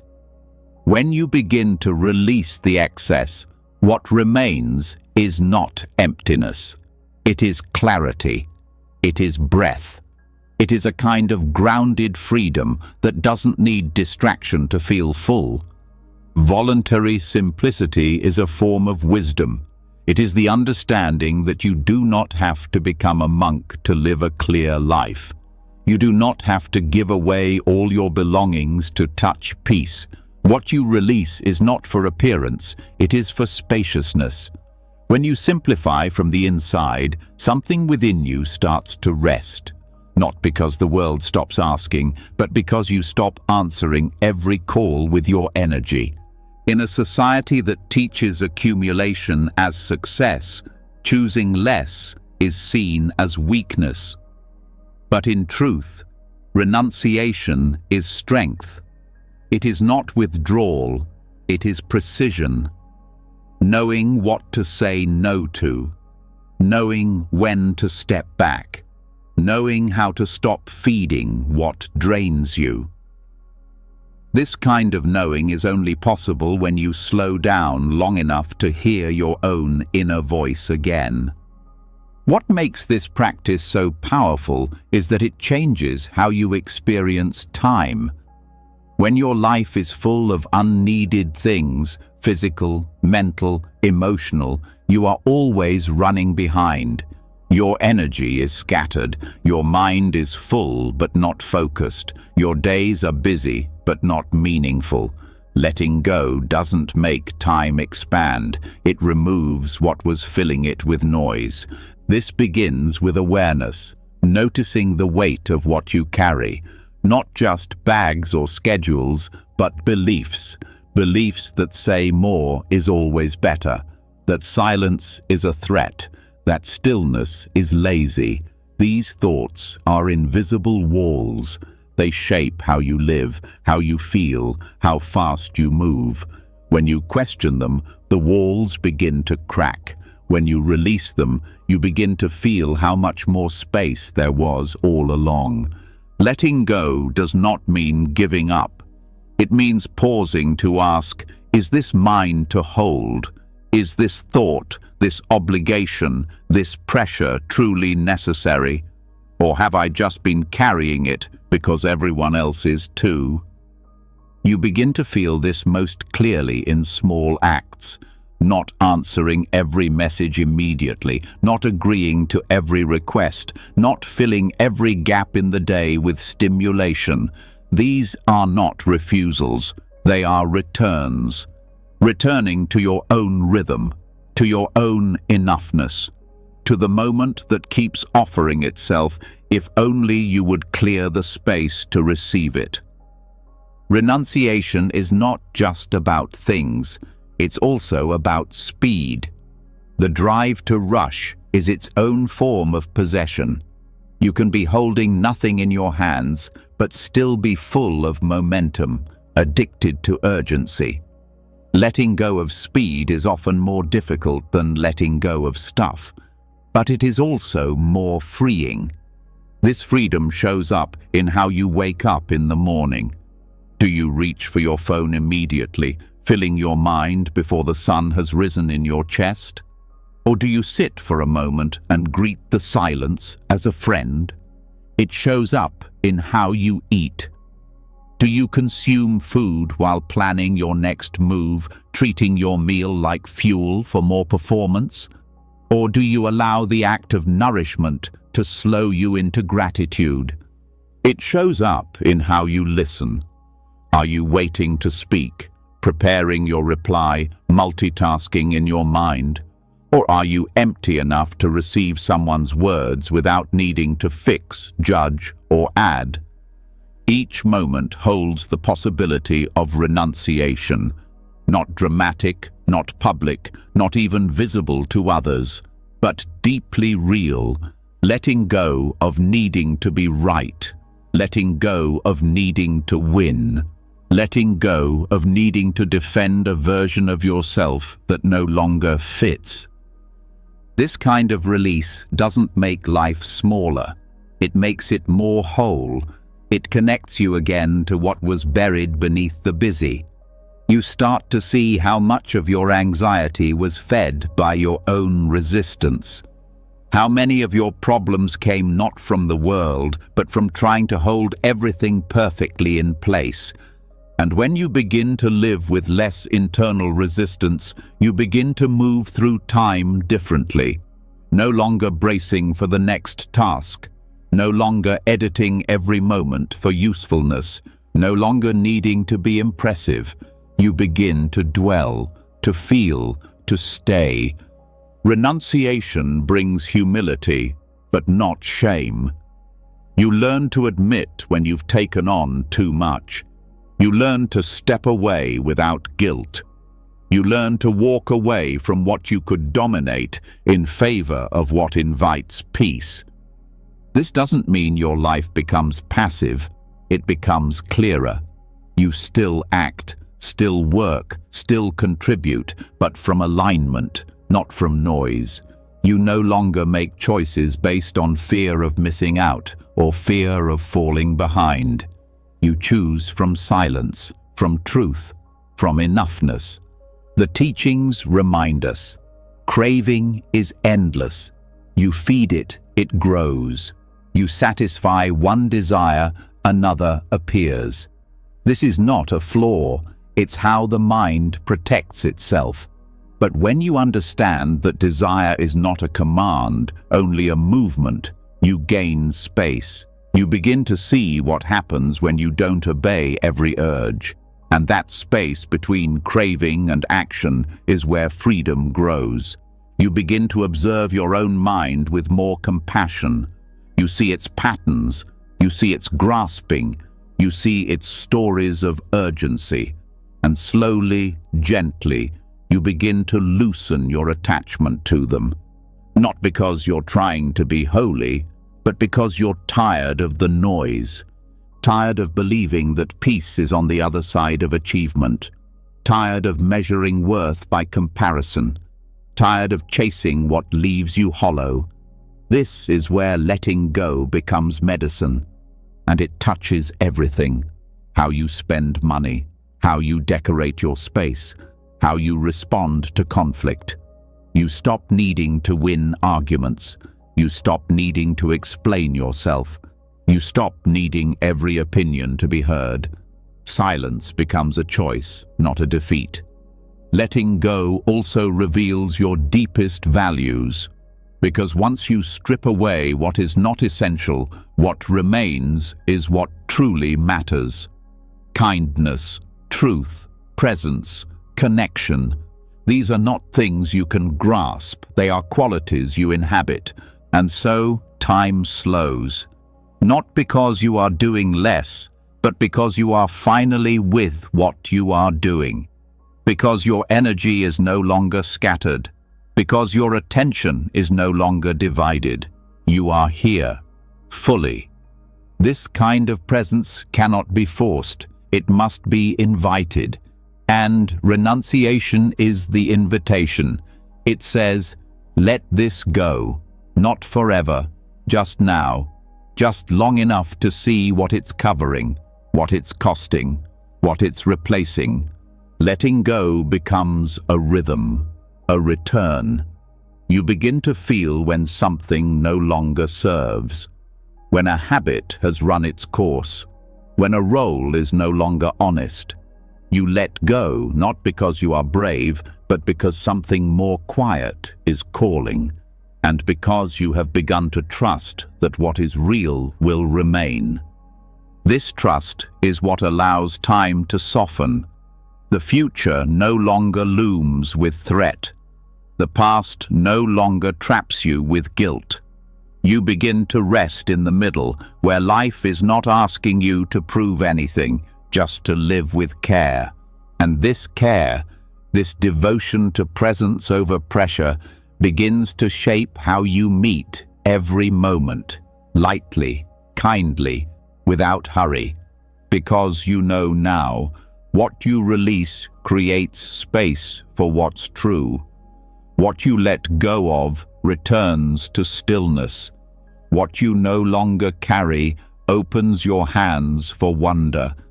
And that wonder, quiet as it may be, is the deepest kind of joy. Not because it lasts forever, but because it's finally allowed to be felt. Fully. Here. Now. So the grip softens. The reaching quiets. The space you've cleared by letting go is no longer filled with the pressure to refill it.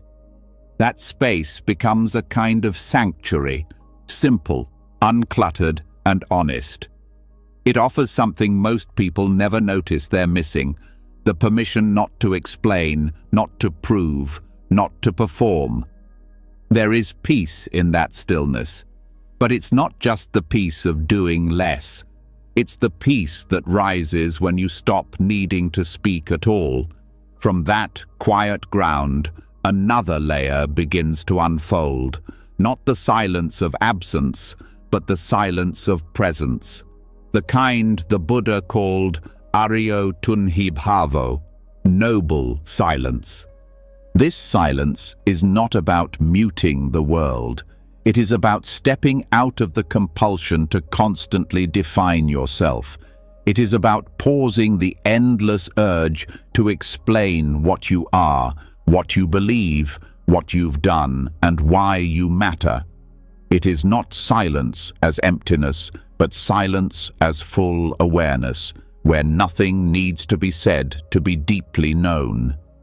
In noble silence, communication does not disappear. It becomes subtler, more alive. The usual noise of language, where words chase after control or validation, begins to fall away. What remains is deeper than speech, stillness that listens, presence that feels, attention that holds. This is not forced. It arises naturally when the mind begins to trust that it doesn't need to fill every moment, that not everything needs an answer, that clarity doesn't always arrive through dialogue. In fact, sometimes words only create more distance.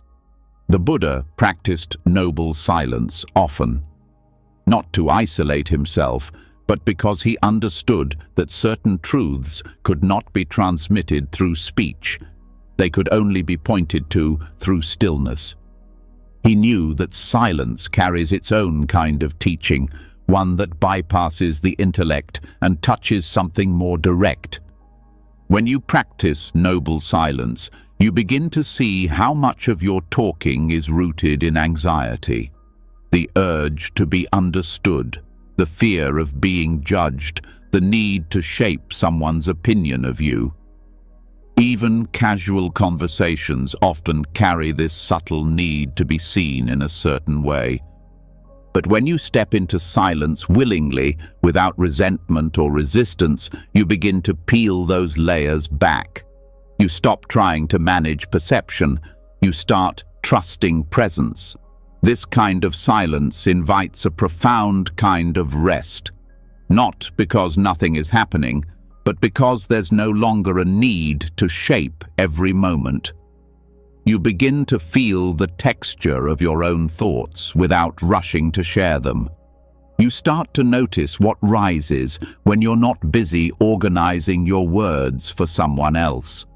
In this space, your awareness becomes sharper. You start to hear the background noise of your own mind, the assumptions, the judgments, the rehearsed opinions, and in noticing them, they begin to soften. Not because you shut them down, but because you no longer feed them. This clarity helps you relate to others differently. You stop filling the air with explanations. You stop rescuing every silence with your voice. You begin to trust that being with someone silently is not a failure of connection. It is a deeper expression of it. There is intimacy in shared silence that no conversation can replace. A kind of mutual recognition that says, I do not need to perform for you. I do not need to entertain or impress you. I am here, and so are you. This kind of presence takes practice. At first, it can feel uncomfortable. Silence brings things to the surface.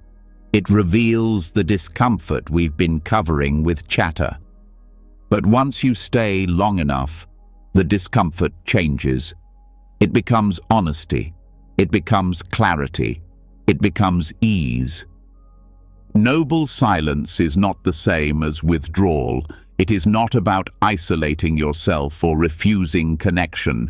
It is about removing what is unnecessary so that what is essential can be felt. You begin to see that many of your words were strategies, a way to keep distance, to avoid discomfort, to control outcomes. Silence dissolves those strategies. It leaves you naked in the best way, undefended, authentic, real. This practice also brings you closer to your inner voice, not the voice of thought, but the voice of intuition. When the external noise quiets, you begin to hear the guidance that was always there, just waiting for space. This inner knowing doesn't speak in arguments or explanations. It moves like water, subtle, patient, clear. And the more you listen to it, the less you need to convince anyone of anything. You stop using speech to prove yourself. You stop using stories to hold your identity together. You begin to live from something deeper than words. In silence, time also changes. A single breath stretches. A moment of stillness reveals depth you never noticed before. The mind, no longer reaching for the next thing to say, starts to sink into the now. Not because you try to be present, but because presence is what's left when speaking stops. This is why noble silence is not passive. It's a dynamic, awake stillness. It is the space where truth can rise unedited, where emotion can unfold without analysis, where clarity can emerge without construction. You start to understand that not every insight needs to be spoken to be real, that some of the most important shifts in your life will happen in silence, and they will not need anyone else to validate them. You will feel them as truth, not because you said them, but because you lived them. This transforms how you speak when you do speak. Your words become fewer, but they carry more weight. They come from stillness, not reaction. They are measured not in quantity, but in depth. You begin to speak when there is something real to say, not just to fill a pause or escape a feeling. Even the way you listen begins to change. You stop thinking of your reply while someone else is speaking. You let their words land. You make space for their pauses. You hold the silence between sentences without fear. This makes others feel safe, seen, respected. And when you sit with yourself in silence, the same thing happens. You begin to meet your own inner life without needing to fix it immediately. You start to hold space for your confusion, your sorrow, your longing, not to solve them, but to let them be what they are. This gentle attention becomes its own form of healing, because silence does not demand that anything change. It offers space for things to simply be. That spaciousness reveals a new kind of time. Not chronological time, but felt time. Time measured in presence, not in minutes. In this kind of time, Even short moments feel full. Nothing is rushed. Nothing is wasted. Everything belongs. Noble silence becomes a way of returning, not to an idea, but to a living truth. That your deepest clarity does not need to be shouted. That your truest peace arises when the noise falls away. That the person you are, beneath all the words, is already enough. And so you keep listening, not just to sounds, but to silence itself. You discover that silence is not empty. It is full of everything you've been missing while you were too busy speaking. It is not a punishment. It is a home. And once you've entered it, you start to bring it with you. Into every word you do choose to speak, into every pause you allow, into every moment you decide not to fill. This is not withdrawal from the world. This is presence, fully embodied, where nothing needs to be said, and yet everything is understood. So you return to silence, not as something foreign, but as something deeply familiar. It no longer feels like absence, but presence without decoration. You find that what you were searching for through explanation was here all along, in the pause that needed no words. From this place, the heart begins to settle, not through effort, but through release. And with that release comes a new kind of readiness, to look directly at what most try to avoid, not out of fear, but out of respect, because what remains silent in our lives is often what speaks the loudest, and nothing speaks more clearly when truly listened to than death. Contemplating death is not about fear or darkness. It is not a morbid fixation. It is a way of remembering what is true, a way of peeling back the distractions that keep you from feeling the depth of your life. This reflection, known in the Buddhist tradition as Maranasati, is one of the most powerful tools to loosen the grip of urgency, not by taking you out of life, but by pulling you deeper into it. When you remember death, not just as an idea, but as a certainty, your priorities shift. The things that seemed urgent lose their sharpness. The things you were rushing toward stop demanding so much energy. This is not about despair, it's about perspective. You begin to understand that time is not just limited, it's sacred. And sacred things are not meant to be rushed. The practice of Maranasati brings you face to face with the truth that nothing lasts. Not your youth, not your roles, not your possessions, not even your name.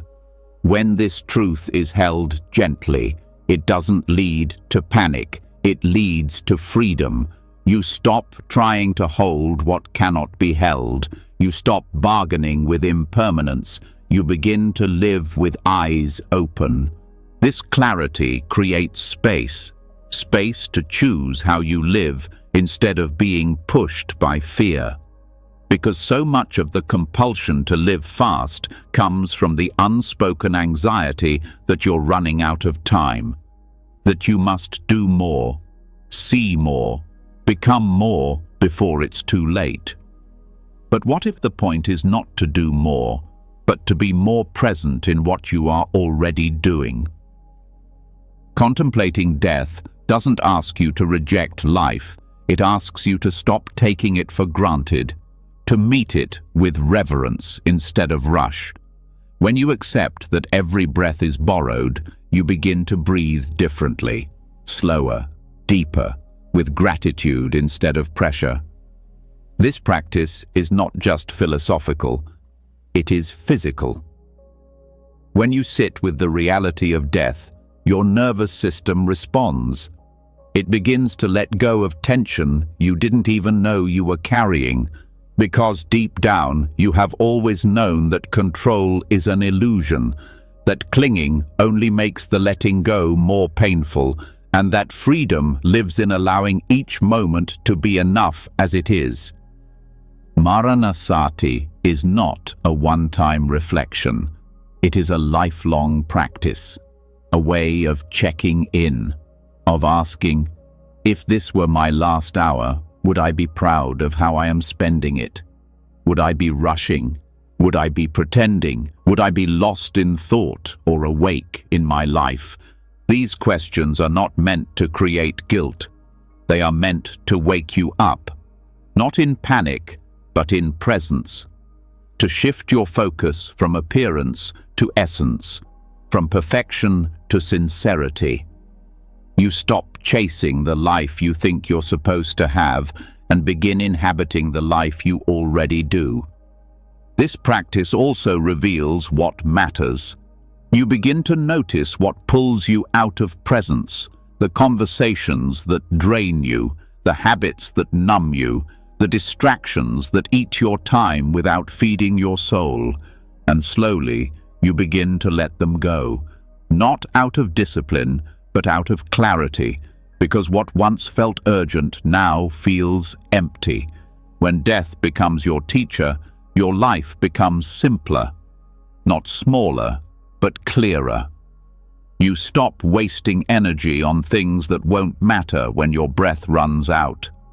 You stop waiting for the right moment to love, to forgive, to rest. You start now, because now is all you ever really had. This awareness also changes how you meet others. You begin to understand that everyone you encounter is also walking toward their own end. This doesn't create distance, it creates tenderness. You speak more kindly, you listen more deeply, you forgive more easily. Not because people deserve it, but because time is too precious to carry unnecessary weight. You stop needing to win, to be right, to be seen in a certain light. You start valuing peace over pride, connection over correction, stillness over stimulation. These shifts are subtle, but they are real, and they ripple outward into every corner of your life. Contemplating death also helps you accept change. You begin to see that all endings are connected. The end of a day, the end of a season, the end of a role or identity. These small deaths prepare you for the larger one, not with fear, but with presence. You stop resisting the natural cycles of life. You begin to trust them. This trust brings rest. You no longer feel you have to outrun the clock. You begin to live in rhythm with your own breath, not the timeline of culture. You stop measuring your life in comparison to others. You start measuring it in truth, in meaning, in alignment, and even your fears begin to shift. Because once you face the biggest fear, the end, you begin to notice how much of your daily anxiety is rooted in illusions. Fear of being left out, fear of failure, fear of being misunderstood. These lose their grip when you know what is truly at stake. You learn to hold grief more gently too, not as something to be fixed, but as something to be felt. Because loss is no longer a surprise, it is part of the path. You no longer feel betrayed by impermanence. You begin to walk with it. This walking is not heavy, it is grounded, real, quietly joyful, because when you know your days are numbered, you stop taking them for granted. You stop needing every moment to be perfect, and you start needing it to be real. You begin to cherish the ordinary, the cup of tea, the sound of the wind, the eyes of someone you love. These things do not last, and that is why they matter. You stop waiting for life to be extraordinary and start seeing the sacredness in what is already here. This is not spiritual bypassing. It is the opposite. It is meeting the truth directly and choosing to love anyway, to stay anyway, to soften anyway. You live not in denial of death, but in harmony with it. And from this place, you begin to move differently. Not out of pressure, but out of care. You speak when it matters. You rest when you need to. You show up more fully because you know you won't always have the chance. This is the paradox. The more you contemplate death, the more alive you become. Not frantic, not desperate, but rooted, present, free. Because when you stop clinging to life, life begins to meet you, not as something to be controlled, but as something to be received. And that receiving is not passive. It is awake. It is humble. It is real. It asks nothing but your presence, and it gives everything in return. You begin to live as if each moment could be your last, not with dread, but with devotion. You bow to the now, not because it is perfect, but because it is true. And in that bowing, the rush dissolves, the fear dissolves, and what remains is quiet, spacious, whole. When you no longer fear the end, the beginning starts to feel more honest. Life, stripped of illusion, becomes something quieter, something simpler. You stop trying to hold on so tightly, and that loosening becomes a gateway to a different rhythm altogether. One not built by deadlines, but by awareness. A pace not shaped by fear, but by trust. As death becomes less of a threat and more of a teacher, you start to wonder, what would it be like to live each day in full alignment with that awareness? Not in theory, but in action. Not in thought, but in how you move, speak, eat, and rest. This question is not new. It has been lived for generations by those who chose to step away from the rush and into the forest. In the Thai forest tradition, stillness is not a retreat from life, it is life. The monks who follow this path do not isolate themselves to escape. They enter the forest not to reject the world, but to see it more clearly, to meet it without distraction, to listen so deeply that even the silence begins to speak. Their way is not about withdrawal. It is about alignment. Everything from the way they eat to the way they walk is shaped by presence. There is no multitasking, no rushing, no unnecessary words. Each movement is deliberate. Each task is complete in itself. There is nothing casual about how they relate to time, because time to them is not something to manage. It is something to meet fully. The forest teaches them how to do this. In the forest, seasons do not rush. Trees do not force growth. Light changes gradually. Rain arrives when it's ready. The body begins to fall into that rhythm. The breath lengthens. The heart softens. The nervous system no longer braces against pressure.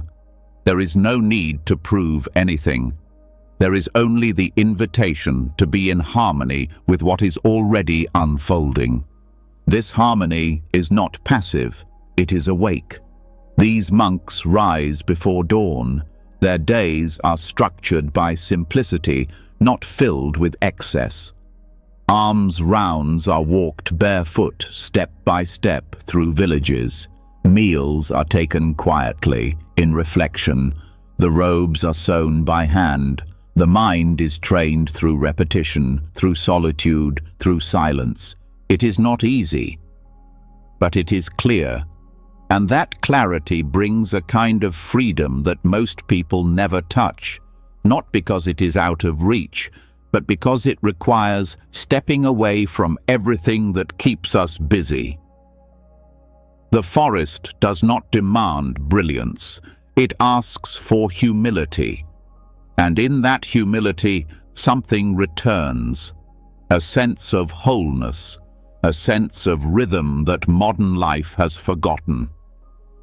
The monks are not racing time, they are watching it, not with judgment, but with curiosity. They see how thoughts rise and fall, how craving comes and goes, how the mind tells stories, and how silence dissolves them. They learn to recognize what is real, not in words, but in presence. In this space, even basic activities become sacred. Sweeping the forest path becomes a form of meditation. Drinking water becomes a way to feel connection to the body. Sitting in stillness becomes the most honest way to meet the mind. There is no separation between the practice and the moment. Life itself becomes the practice. This is not something exclusive to monastics. It is a reminder that slowness is available wherever sincerity exists, that you do not need to wear robes to live deliberately, that simplicity is not a setting, it is a choice. And that choice can be made in a forest or in a city. It can be made in solitude or in the middle of daily responsibilities. What the Thai forest tradition offers is not a formula. It is a living example of what happens when a human being steps fully into rhythm with nature. Not just outer nature, but inner nature. The nature of thoughts, of moods, of breath, of awareness itself. Their stillness is not empty. It is full of attention, full of careful observation. They speak little, not because they have nothing to say, but because they have learned that most things are better understood through silence.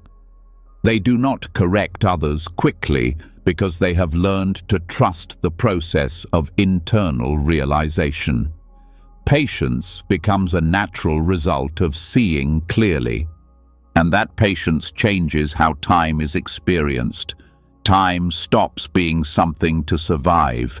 It becomes something to enter, to listen to open within.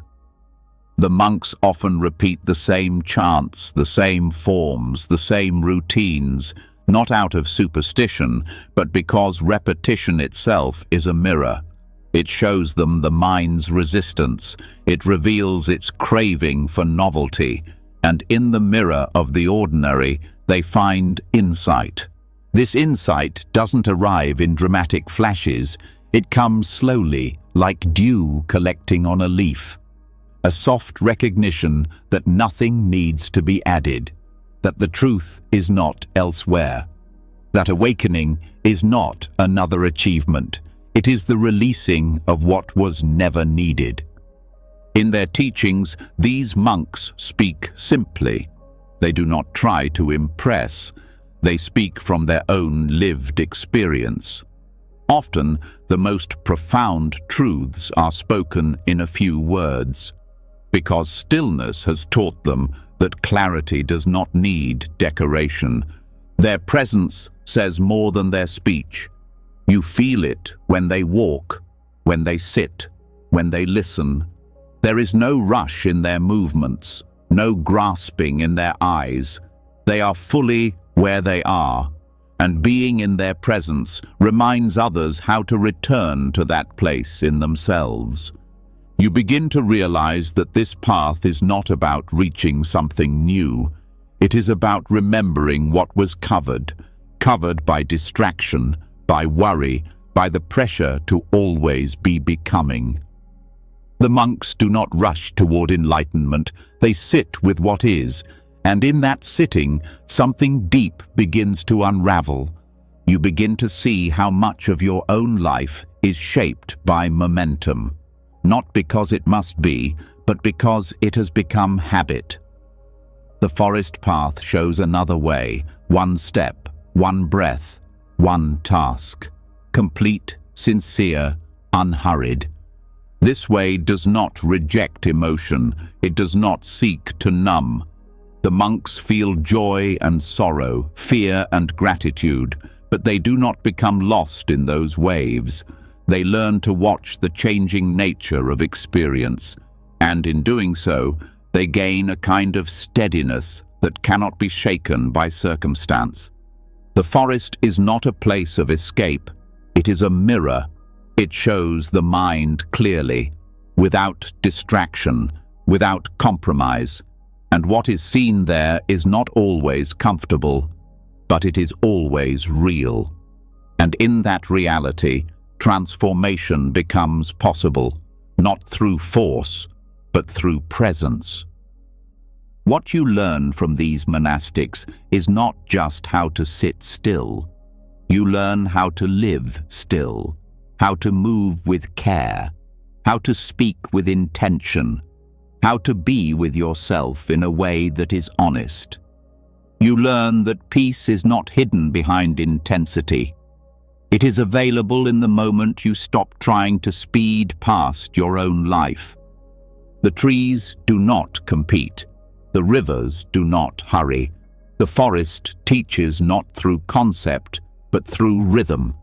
And those who learn its rhythm begin to live from a deeper place, a place where time slows, where breath steadies, where mind becomes clear. This is not about adopting a tradition. It is about remembering your own capacity for simplicity, for silence, for being fully alive without needing to rush or explain it. The forest monks live this not as an ideal, but as a practice, a discipline of slowness, a devotion to presence. And so their stillness is not a pause in life. It is the very expression of life lived well. Their example whispers a question to all who meet them.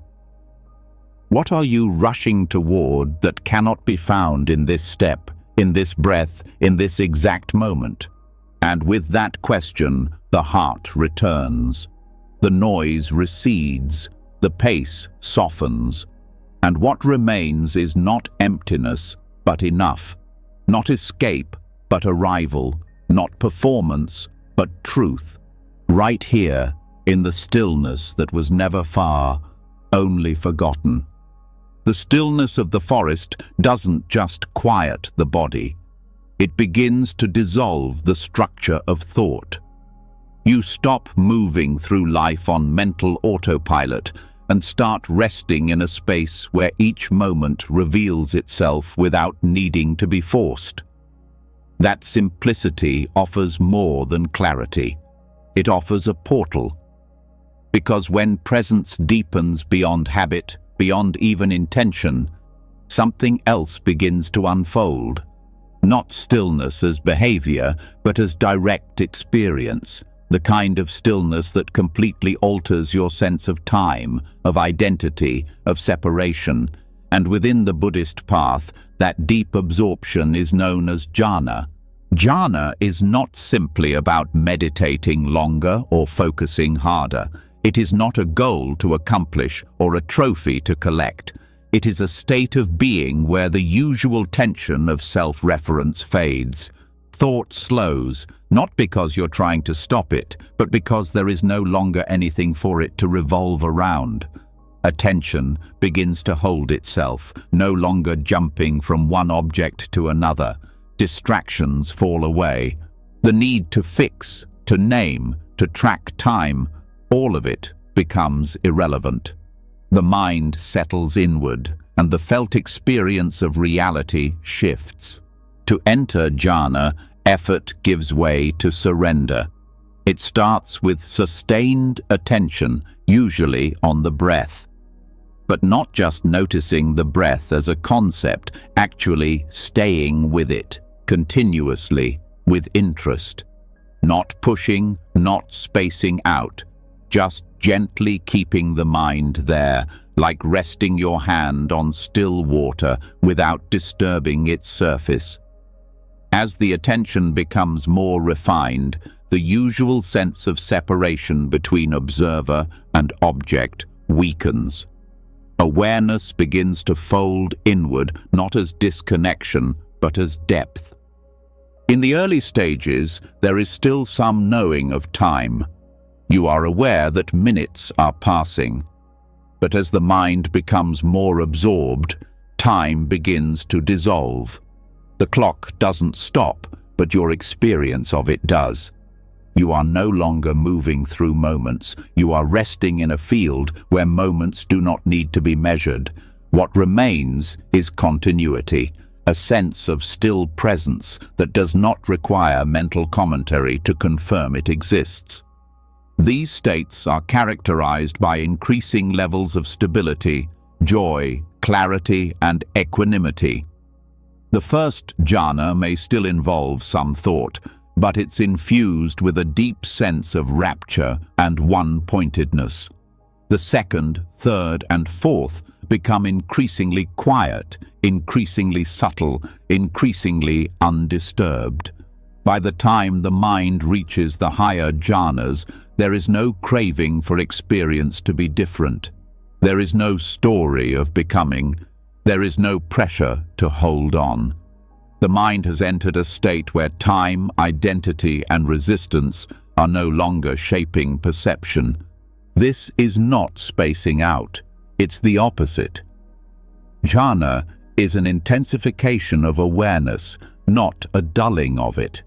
But the awareness is no longer concerned with the usual markers. It doesn't care what time it is. It doesn't divide the breath from the breather. It does not worry about outcomes. It simply rests.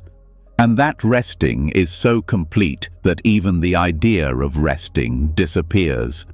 The Buddha described jhana as both pleasurable and skillful.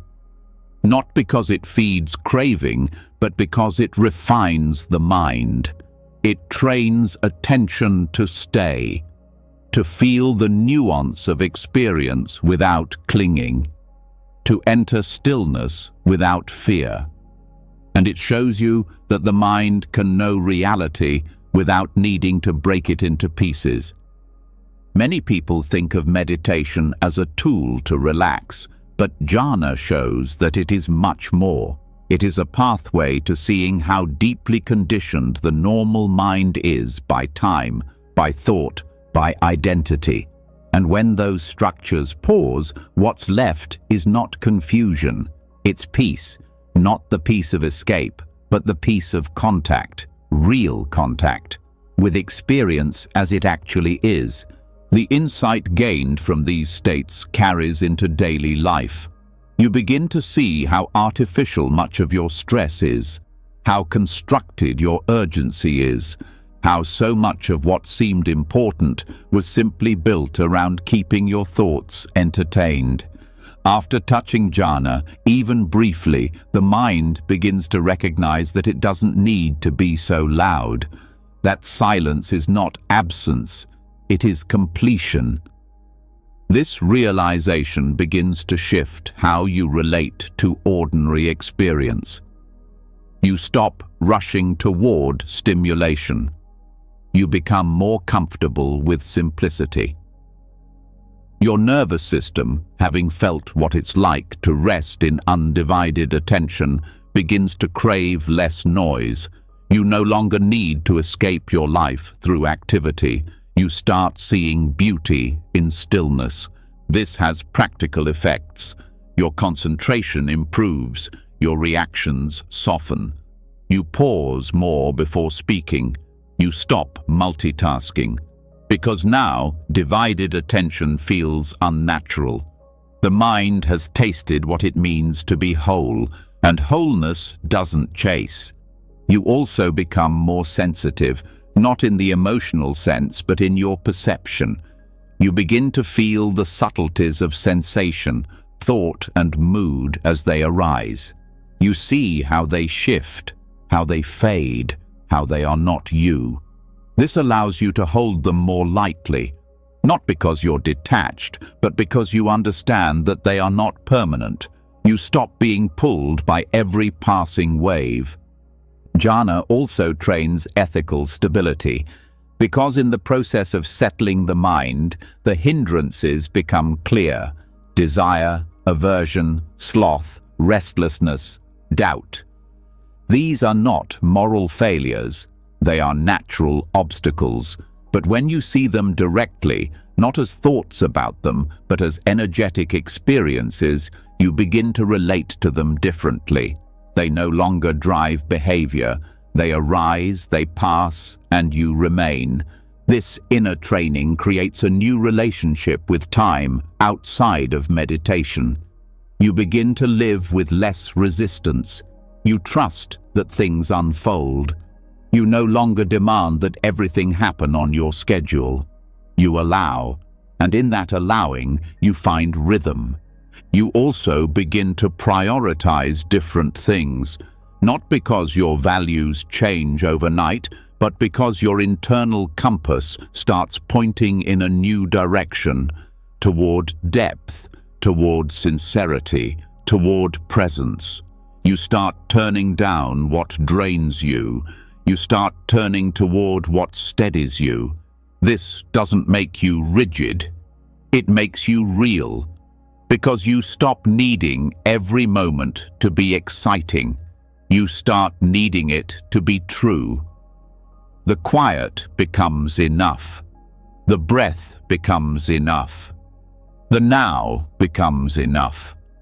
Even your sense of identity softens. You stop needing to define yourself through roles or achievements.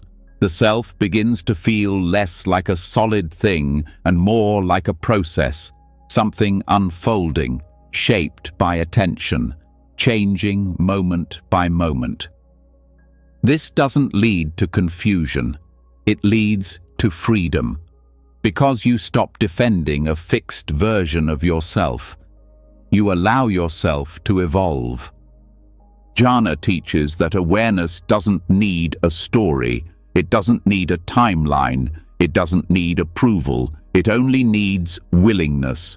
Willingness to stay, to feel, to soften. And when that willingness is sustained, the mind begins to reveal its natural state, not fractured, but whole. And from that wholeness, action becomes more aligned, not rushed, not reactive, but clear, grounded, rooted in something deeper than habit. You begin to live less from urgency and more from trust, not blind trust, but trust born from direct experience, from knowing, not just believing, that the mind can rest, that time can slow, that peace is not somewhere else. It is what remains when the noise fades. This is not theoretical.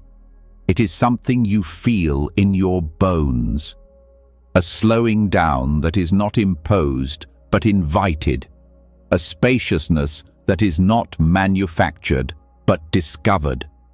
And once you discover it, even once, something changes. You stop searching for freedom in the future. You begin to recognize it here, in the stillness that holds no deadline, in the breath that asks for nothing, in the moment that does not need to be chased. That moment, held in jhana, is not an escape from life. It is life, revealed, pure, unfiltered, whole. And once seen, it is never fully forgotten, because it leaves a trace, a quiet memory of how your mind can be when it stops trying to become and simply is. When the mind returns from deep stillness, from silence so complete it forgets time, it carries something back with it, not a memory, but a shift, a knowing, that life does not need to move fast to feel full. That awareness, when stable, can hold any moment without resistance.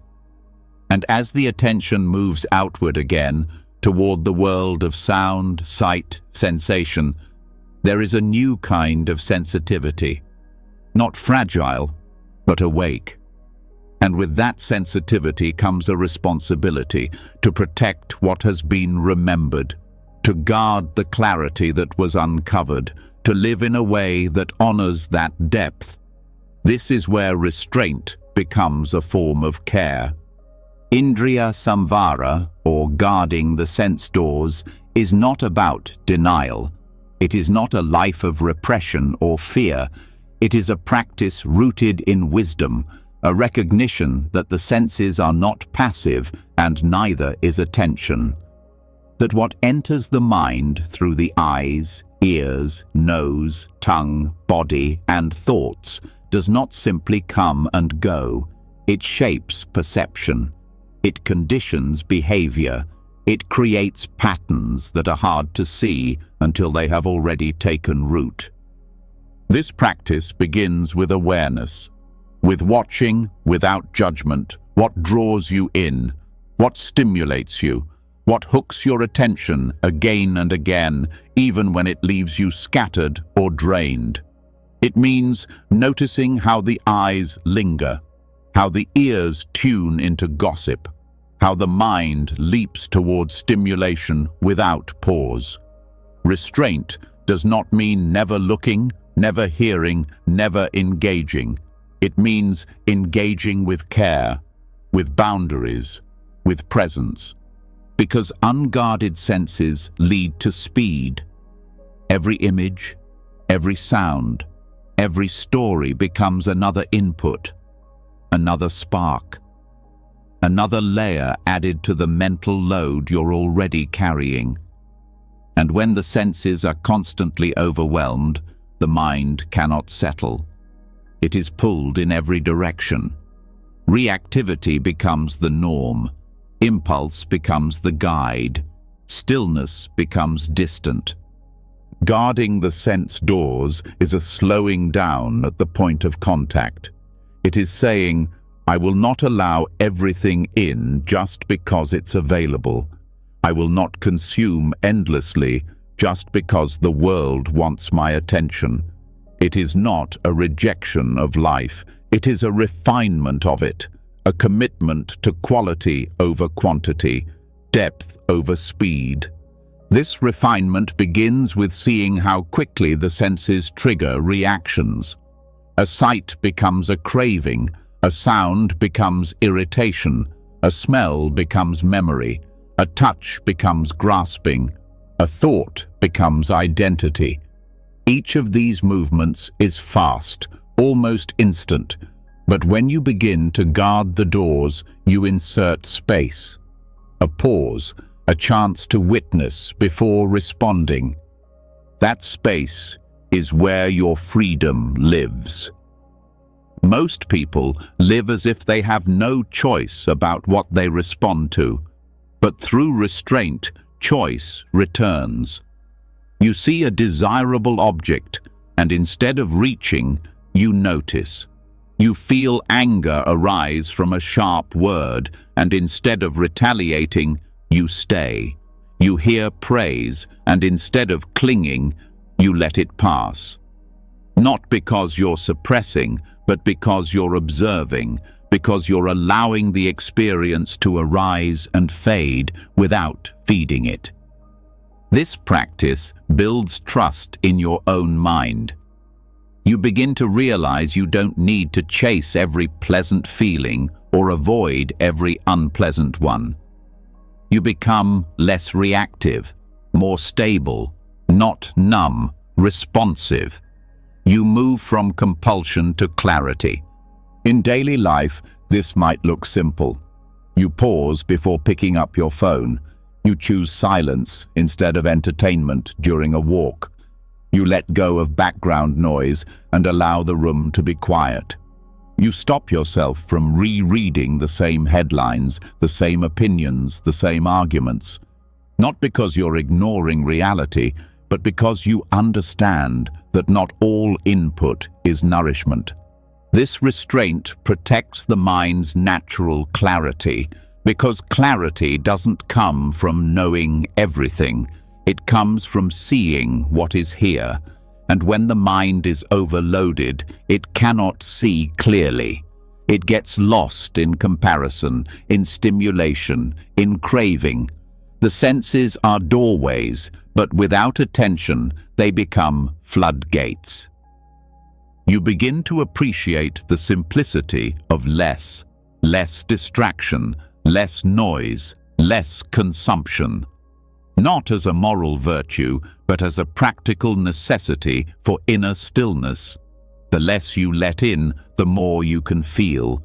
Not every movie, not every song, not every comment is needed. Some of them cost more than they offer, not in money, but in energy, in attention, in peace. Restraint is a kind of generosity to yourself and to others. When you guard your senses, you're less likely to speak from agitation, less likely to act from impulse, more likely to show up with presence. This presence is not something added. It is what remains when you stop scattering yourself, and from that place, your interactions begin to change. You're not as easily triggered. You don't jump into every debate. You listen more before reacting. You let people speak without needing to fix them. You bring stillness into the space just by how you receive it. This is how restraint transforms relationships, not by limiting connection, but by deepening it. Because when the senses are not constantly chasing stimulation, your attention becomes more refined. You start to notice the tone beneath the words, the emotion beneath the silence, the small moments that would otherwise be missed. This practice also helps you see the patterns of desire more clearly. How often the senses seek not for joy, but for escape. A quick image to avoid boredom, a loud sound to cover silence, a quick bite to avoid emotion. But when you guard the doors, you let the silence stay. You let the emotion rise. You begin to meet your life as it is, not just through filters. Over time, you realize that restraint doesn't lead to less life. It leads to more life, because you're actually there, not buried in reactions, not lost in stimulation, but present, engaged, real. The Buddha taught that the unguarded senses are a source of suffering, not because the senses themselves are wrong, but because they are powerful. They pull attention outward. They ignite craving. They create stories. But when guarded wisely, they become tools for awakening. Each sense door becomes a place of mindfulness, a place where wisdom meets the world. This practice also rewires urgency, because most of our speed is sensory, fast scrolling, fast switching, fast reacting. But when the senses are restrained, the system slows, the breath deepens, the need to jump from moment to moment starts to fade. And what takes its place is steadiness, the kind that holds attention without effort, that listens without judgment, that feels without grasping. This steadiness doesn't make life dull, it makes it vivid, because you are no longer numbed by excess. Even your perception of beauty changes. You begin to find it in quieter places, in natural rhythms, in the quality of attention, not in the intensity of stimulation. You no longer need loudness to feel alive. You begin to rest in subtlety. This shift brings relief, because chasing sensation is exhausting. It creates an inner restlessness that never ends. Restraint interrupts that cycle. It gives the system space to reset, to return to balance, to rest not through escape, but through contact. And in that contact, the moment becomes enough. You stop needing more. You stop seeking elsewhere. You begin to recognize the completeness of what's already here, of the breath, of the silence, of the body simply sitting, awake.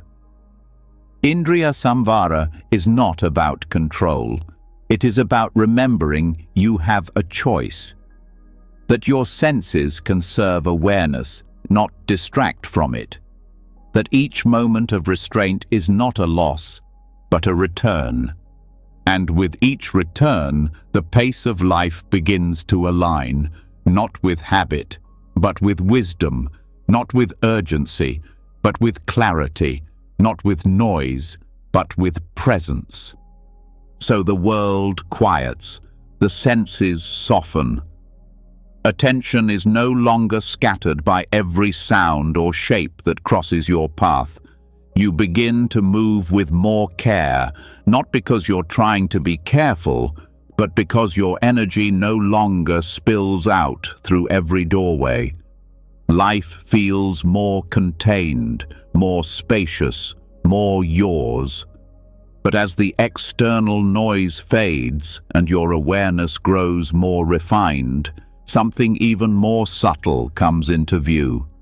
Not a sound, not a sight, not a touch, but the underlying assumption that runs beneath all of it, the sense that this moment is just one in a line, the idea that time is something moving forward, dragging you with it. But what if that idea isn't as solid as it seems? In Buddhist thought, time is a mental construction, a concept, or paññatti, something the mind uses to organize experience, not something that exists independently. We speak of past, present, and future as if they are real locations, but they are not places. They are ideas. They are labels placed on memory, awareness, and anticipation. Without those labels, what remains is experience, not occurring in time, but in awareness. This can be difficult to see because time is so woven into how we think, speak, plan, and feel. But the moment you begin to question it, not as a theory, but through direct observation, your relationship to everything changes. Stress softens, pressure lightens, urgency loses its grip. Because when time is not treated as absolute, neither is the story you've built within it. Start by noticing how time is felt. The sense that something happened before arises from memory. The thought that something might happen later arises from imagination. Both are mental events occurring now. The past does not exist except as memory happening now. The future does not exist except as thought happening now. And the present, when stripped of reference to the other two, cannot even be found. It is not a thing.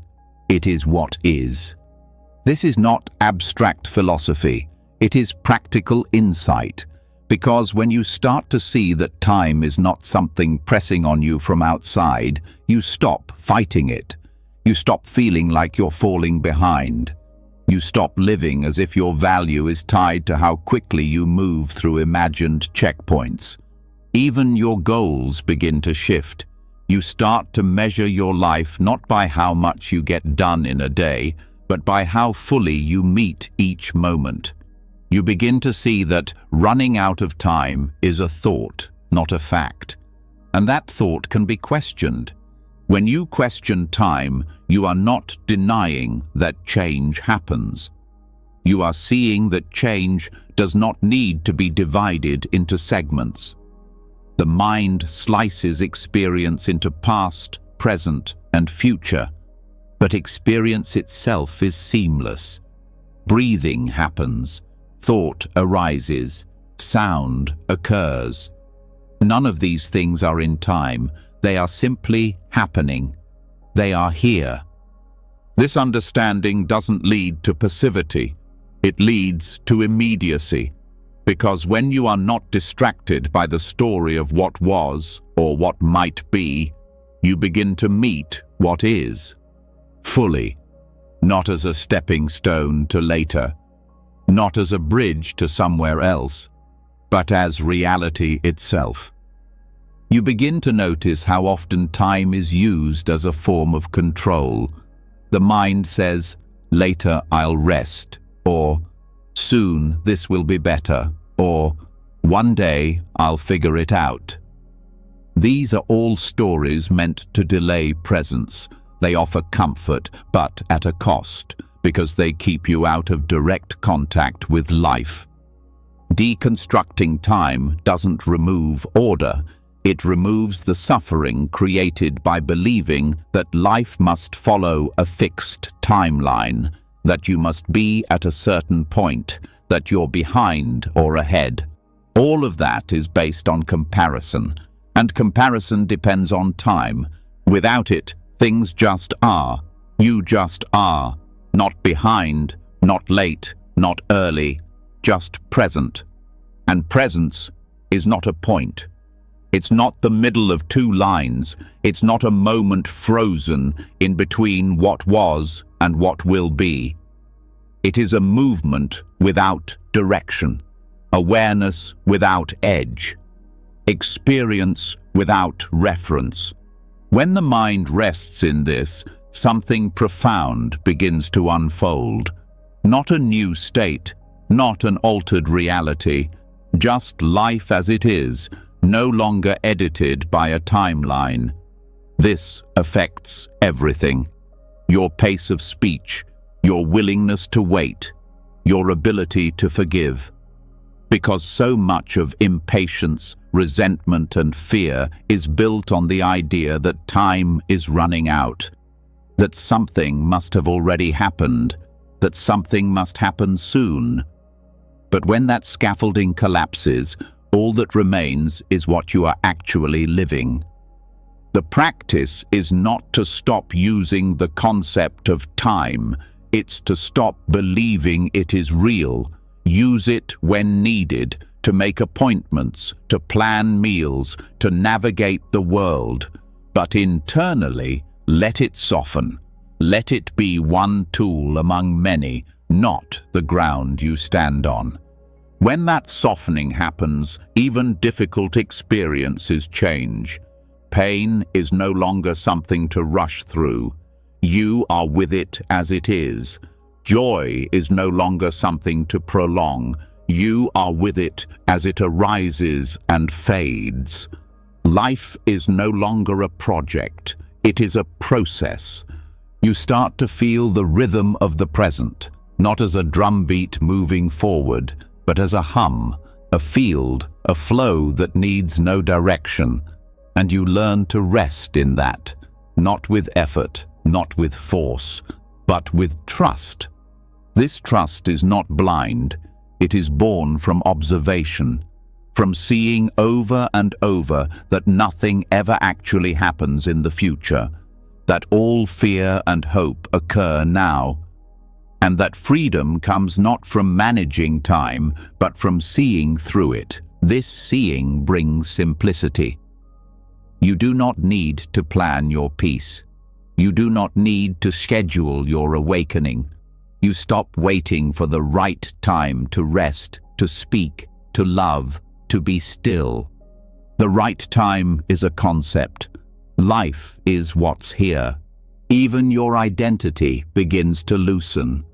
Because so much of who you think you are is a timeline, a story of what you've done and what you will do. But when you let that timeline fall away, you meet the self not as a role, but as awareness, not as a history, but as presence. This is not detachment, it is intimacy, because when the filter of time dissolves, you are no longer seeing life through layers of memory and expectation. You are seeing it directly. This directness reveals the richness of ordinary moments. A single breath becomes enough. A single gesture becomes full. You stop measuring experience by duration. You start feeling it by depth. And depth cannot be rushed. It is not something you do. It is something you stop doing. You stop rushing past. You stop overlaying commentary. You stop trying to get somewhere else. What arises is a kind of peace that is not based on circumstances. It is not something achieved after years. It is something recognized when time is seen for what it is. a story the mind tells to organize reality. When that story is transparent, so is fear, so is regret, so is striving. You begin to act, not from timeline, but from clarity. Not because you must reach a future, but because presence calls you to respond. Your life becomes less about getting somewhere and more about showing up here, fully, quietly, without rush. And in that showing up, everything changes, not because time has slowed, but because you have. Because the clock no longer tells you who to be. What tells you who to be now is awareness itself. And that awareness has no deadline. It does not measure your worth by what you've done. It does not divide your experience into achievements and failures. It simply meets life as it is, whole, unfolding, free. When the structure of time loses its grip, what remains is not confusion, it is choice. Without the pressure of a ticking clock or a personal timeline to uphold, the path forward becomes quieter, but not empty. It becomes responsive instead of reactive. And in this space, a new question naturally arises. If time is not pushing me, then what is guiding me? The answer lies in intention, because whether we are conscious of it or not, every action we take plants something. Every thought, every word, every response leaves an imprint. The quality of that imprint shapes not only our future experience, but the pace at which we move through life. This is where karma and speed meet. Karma, as taught in Buddhist understanding, is not fate. It is not destiny. It is the force of intention. Karma means action, not just physical movement, but volition. It is the energy behind what we do, why we do it, and how we relate to the results. And it functions in real time, not as punishment or reward, but as a pattern that either creates more agitation or more clarity. When our actions are unconscious, rushed, or fueled by greed, fear, or craving, we don't just create outcomes, we create momentum. That momentum keeps the mind spinning. It feeds restlessness. It accelerates dissatisfaction. It keeps us running even when there's nowhere to go. Every impulsive choice strengthens the habit of speed. Every reactive word reinforces the pattern of reaching. Over time, this creates not only stress, but distortion. We begin to perceive life through the lens of urgency, even when there's no real danger. The nervous system stays activated, the body becomes tense, thought becomes fast and shallow. But karma is not fixed. Its momentum can be altered the moment we shift the quality of our attention. When actions are rooted in mindfulness, they slow down. When speech arises from clarity, it becomes fewer and more meaningful. When choices are made with awareness of cause and effect, behavior becomes less compulsive and more skillful. This is where pace and ethics meet. The more conscious our intentions, the more space we allow around each response. This space does not paralyze, it liberates, because speed is often a symptom of reactivity. We react quickly when we're afraid, when we're unsure, when we're attached to outcome. But when we understand karma deeply, we begin to trust the process. We begin to trust that right effort, rooted in wisdom and compassion, will bear fruit, even if it takes time. That trust alone slows us down. The slowing is not mechanical, it's organic. When you care about the impact of your action, you naturally pause, you reflect, you sense the ripple before you drop the stone. That pause is not hesitation, it is reverence. It is attention being shaped by care rather than fear. Over time, this rewires how you relate to decision-making. You stop needing to fix everything immediately. You learn to let things unfold, not because you're passive, but because you understand that forcing things too quickly often creates more suffering. Patience becomes a form of wisdom, not because it delays progress, but because it ensures alignment. When intention becomes your guide, pace becomes less frantic. There's less need to be efficient if it compromises presence. There's less craving for quick results. Instead, there's a quiet trust in the process of planting wholesome seeds. You begin to act with long-term awareness, not short-term gain. That shift in orientation changes the texture of your life. It softens the edges. Even relationships are affected. You become less likely to react with blame or defensiveness. You begin to ask, what energy am I bringing into this exchange? Is this response coming from clarity or from a habitual pattern? That question alone slows the cycle of reactivity and opens the possibility for something new. This also changes your understanding of effort. In a culture that equates busyness with productivity, it can feel strange to do less. But conscious action is not lazy. It is precise. When you act with clarity, you often need less energy to create more meaningful outcomes. Your presence becomes more focused. Your speech becomes more direct.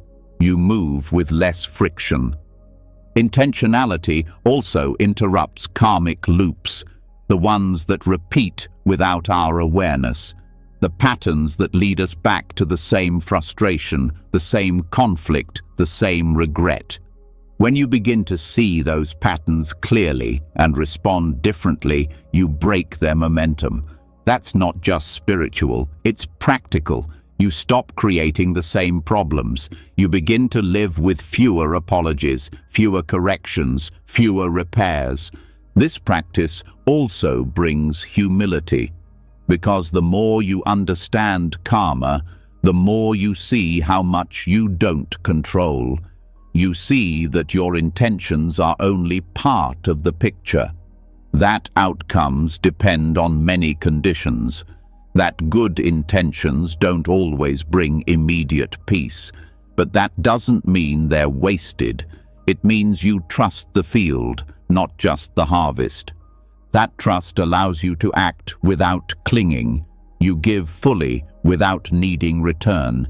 You speak truthfully without forcing agreement. You show up consistently without demanding recognition. This is not self-sacrifice. It is freedom from the speed that comes from needing to prove something. Karma also teaches discernment. You begin to notice which actions come from a clear place and which come from avoidance, which choices are rooted in love and which are masked attempts at control. This inner honesty slows you down, not because you're unsure, but because you're unwilling to betray your own values for the sake of speed.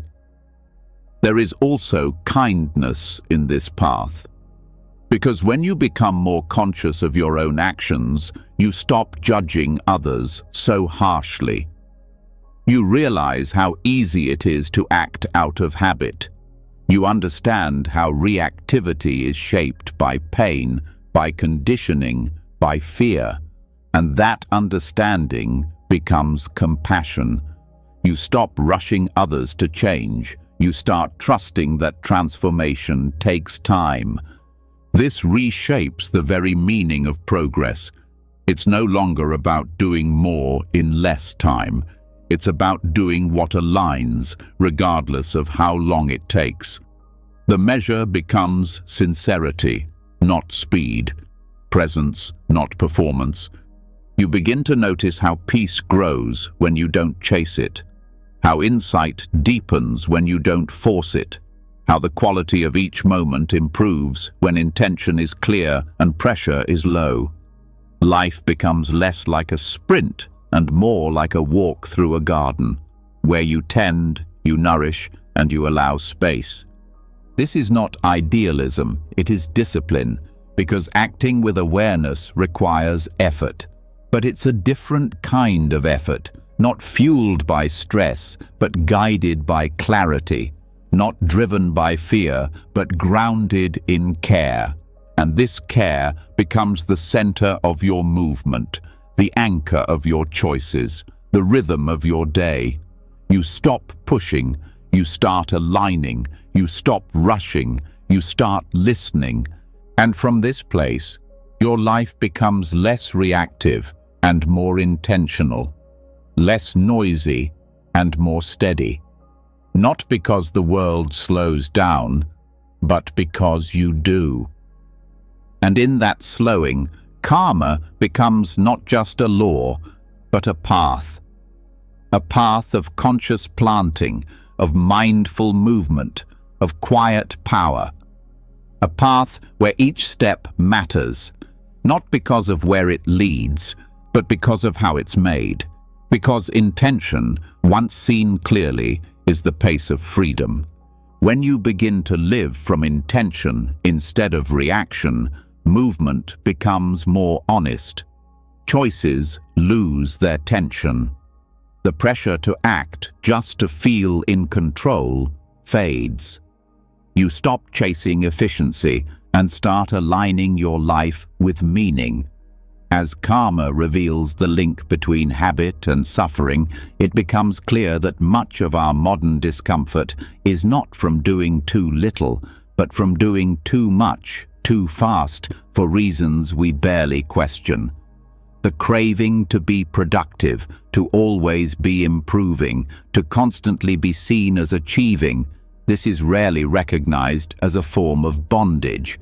But the teachings point to a different path. One where how you live matters more than what you produce, where rhythm matters more than results, where work becomes part of the path, not a detour from it. This is the heart of right livelihood. The Buddha's Eightfold Path includes livelihood for a reason. Work is not separate from practice. It's one of the most consistent places your ethics, awareness, and values are tested. Yet in many modern cultures, work has become disconnected from well-being. Productivity has become the measurement of worth.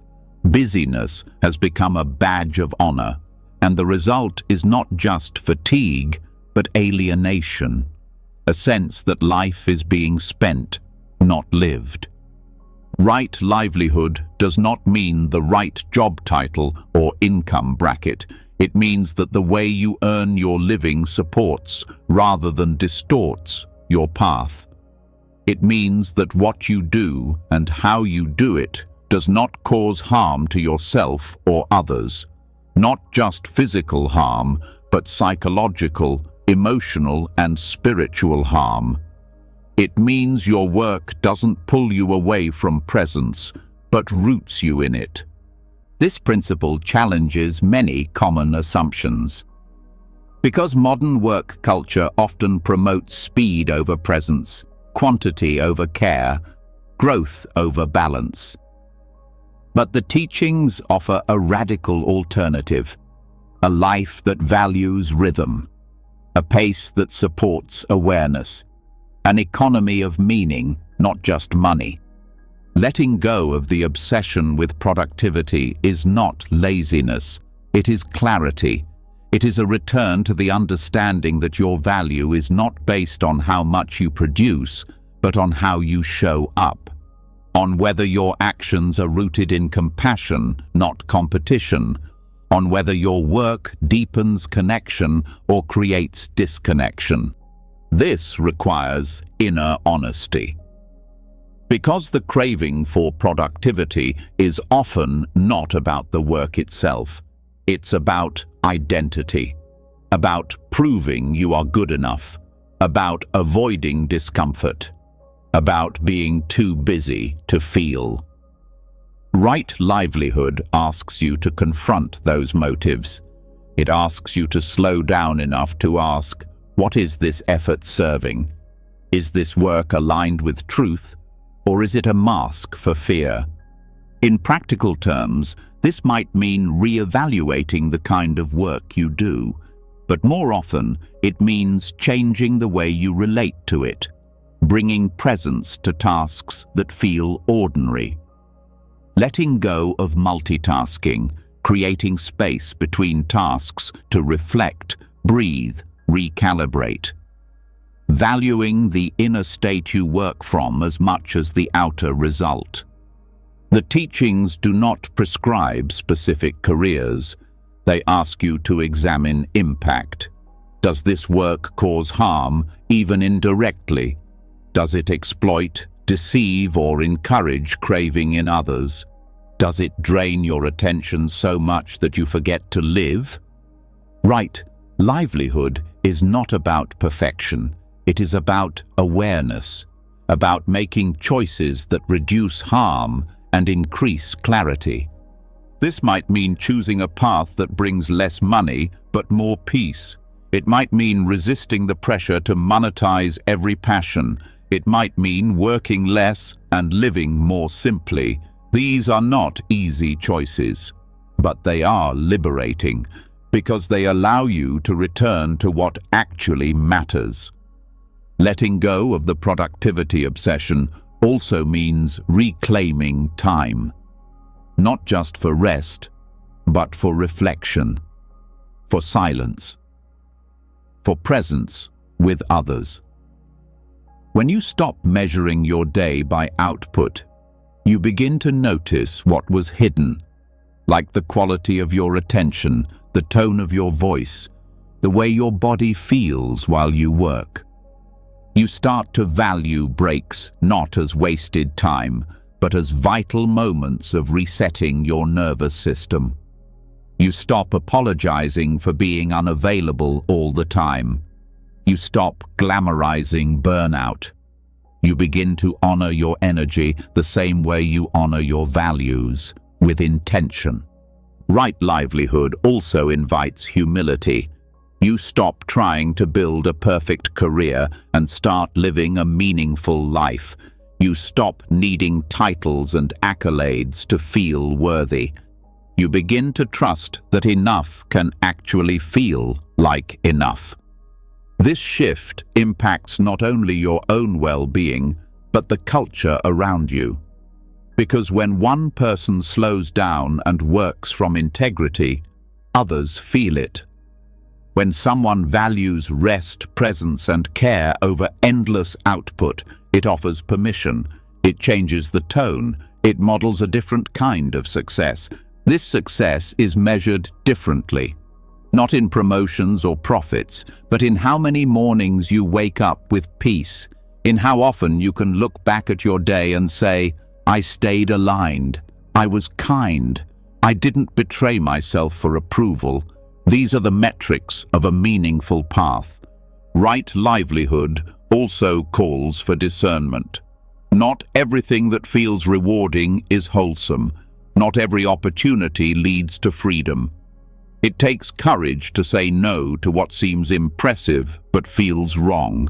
It takes maturity to walk away from what feeds the ego but weakens the soul. And it takes mindfulness to notice when productivity becomes compulsion. When you're working not because the task is needed, but because stillness feels unbearable. This awareness is subtle but powerful, because it lets you catch the moment the mind starts chasing again, and in that moment choose something different. This might look like stopping work when the task is done, even if others keep going. It might look like not answering messages during rest. It might look like building a schedule that leaves space instead of squeezing every second. These are small actions, but they reclaim your time, your attention, your sanity. You also begin to notice how much of your worth was tangled in doing. And as that knot loosens, you find a deeper form of confidence.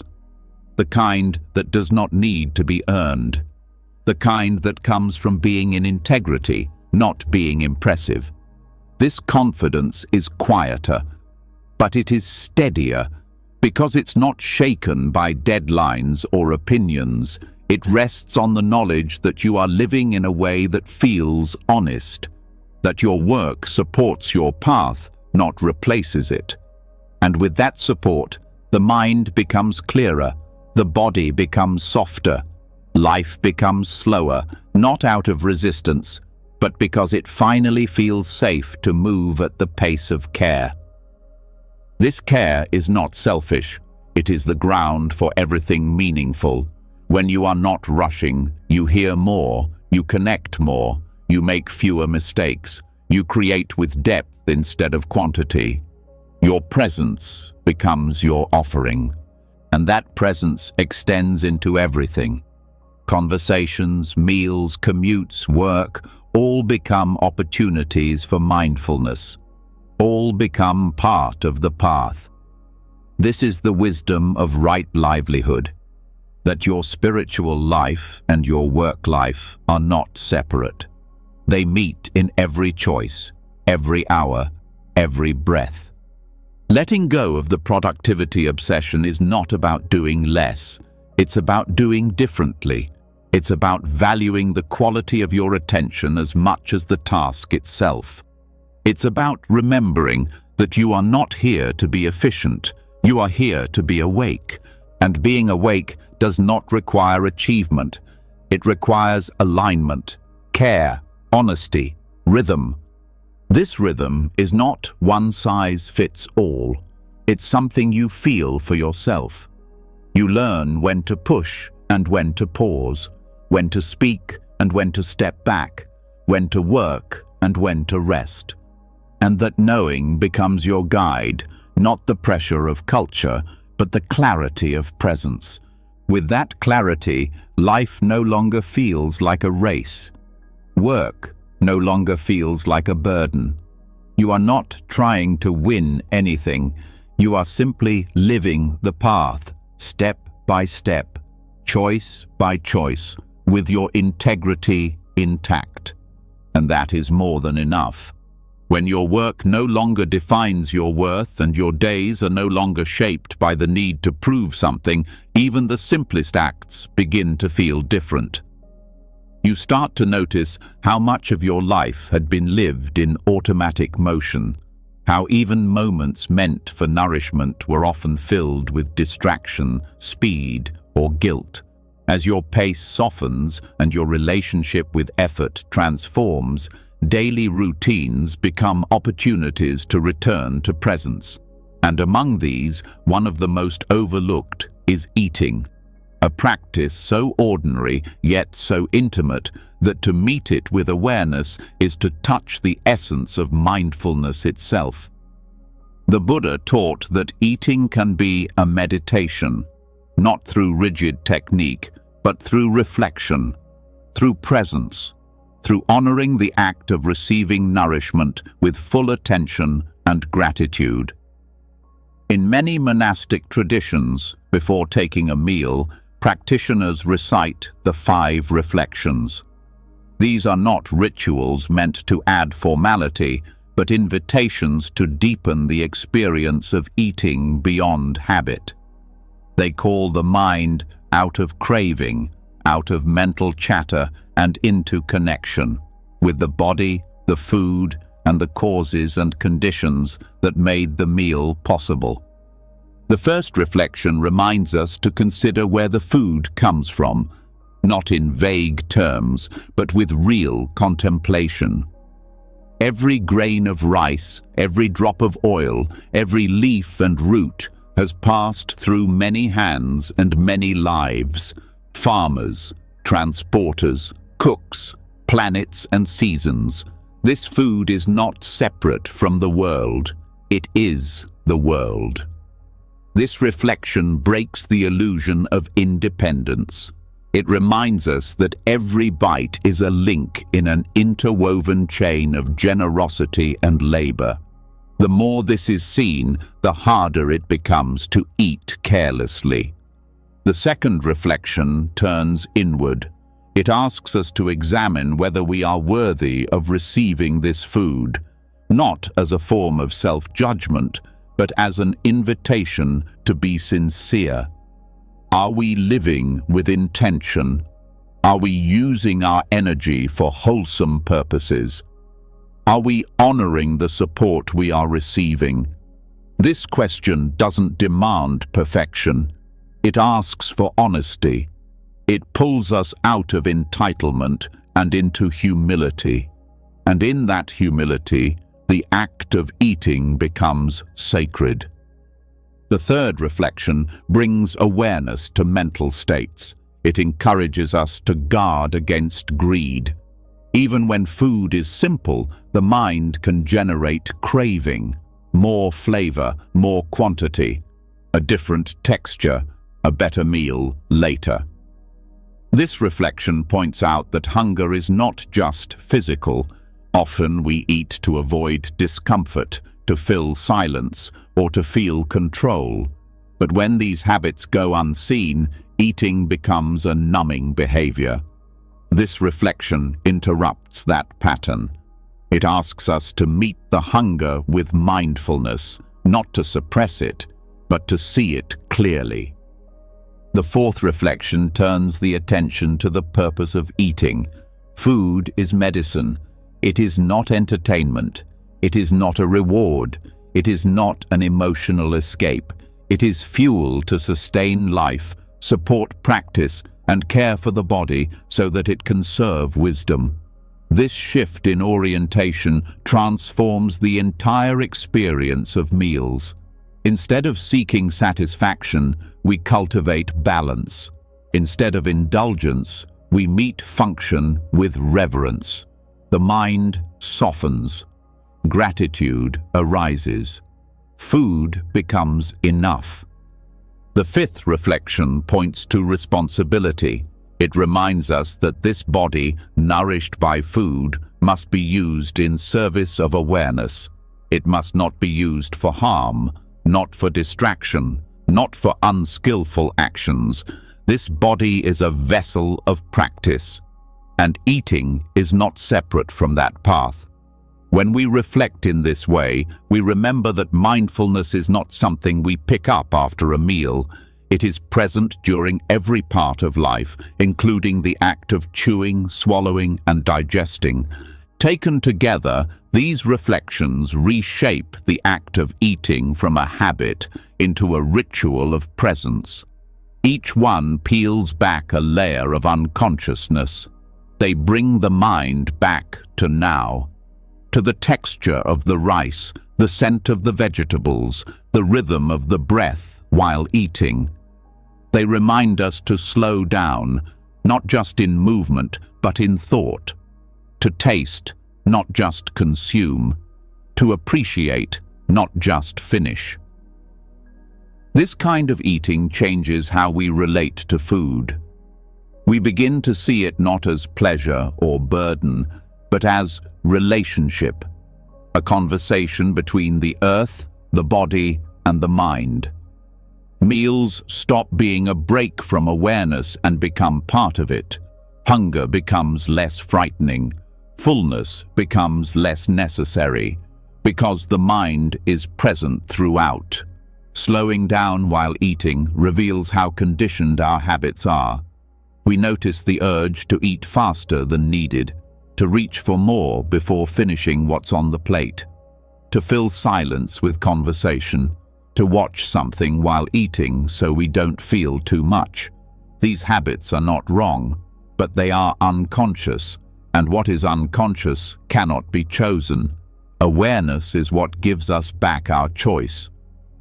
When you practice eating with the 5 reflections, you also begin to see how eating connects to ethics, not just in what you eat, but in how you eat it. Are you wasting food? Are you eating beyond what you need? Are you using food as escape, These questions don't require shame, they require attention, and with attention, action naturally becomes more aligned. This alignment brings peace, because eating, when done with awareness, becomes a reminder of interdependence. It becomes an act of gratitude. It becomes a space where nothing is rushed. Even a single raisin held with care can reveal the entire Dharma. The seed, the soil, the rain, the sun, the hands that picked it, the mind that receives it, the breath that anchors the moment. Even the body begins to respond. Digestion improves. Cravings decrease. The nervous system relaxes. Because when the mind is present, the body is not asked to rush. Eating slowly is not just psychological, it is physiological. It signals safety. It signals calm. It reinforces the state of rest that mindfulness supports. This practice does not require ideal conditions. You can begin with one breath before eating, one pause, one moment of noticing. Even a brief reflection can shift the tone of the meal, and that tone shapes the energy of what follows. When you eat with presence, your next action is more likely to be skillful, more likely to be thoughtful, because the momentum has changed. You begin to carry this energy beyond meals, into how you prepare food, into how you shop, into how you offer food to others. Eating no longer begins at the table. It begins when you choose what to eat, and it continues in how you care for your body after. This continuity turns eating into a living meditation, one that does not end. There is also joy in this simplicity, not the pleasure of indulgence, but the joy of contact. The joy of being with life exactly as it is, not needing more, not wishing for less, just here, with the breath, with the food, with the awareness that holds it all. This practice becomes even more powerful in community. When shared with others, mindful eating invites collective slowing. It invites silence. It invites gratitude that is not performed, but felt. You begin to notice how communal meals often become more about words than awareness. But in silence, something deeper can arise, a shared presence that nourishes more than the food itself. Even if others are not practicing, your awareness changes the field. Your slowness invites ease. Your presence creates a ripple, not through instruction, but through example. And that example becomes a form of generosity. In the end, the 5 reflections are not just about food. They are about life, about seeing clearly, about honoring process over pace, about choosing intention over habit. They remind us that even the most ordinary act, when met with presence, becomes sacred. You are not asked to be perfect, only to be awake, only to notice, to slow down not as performance, but as care, to eat not as escape, but as return.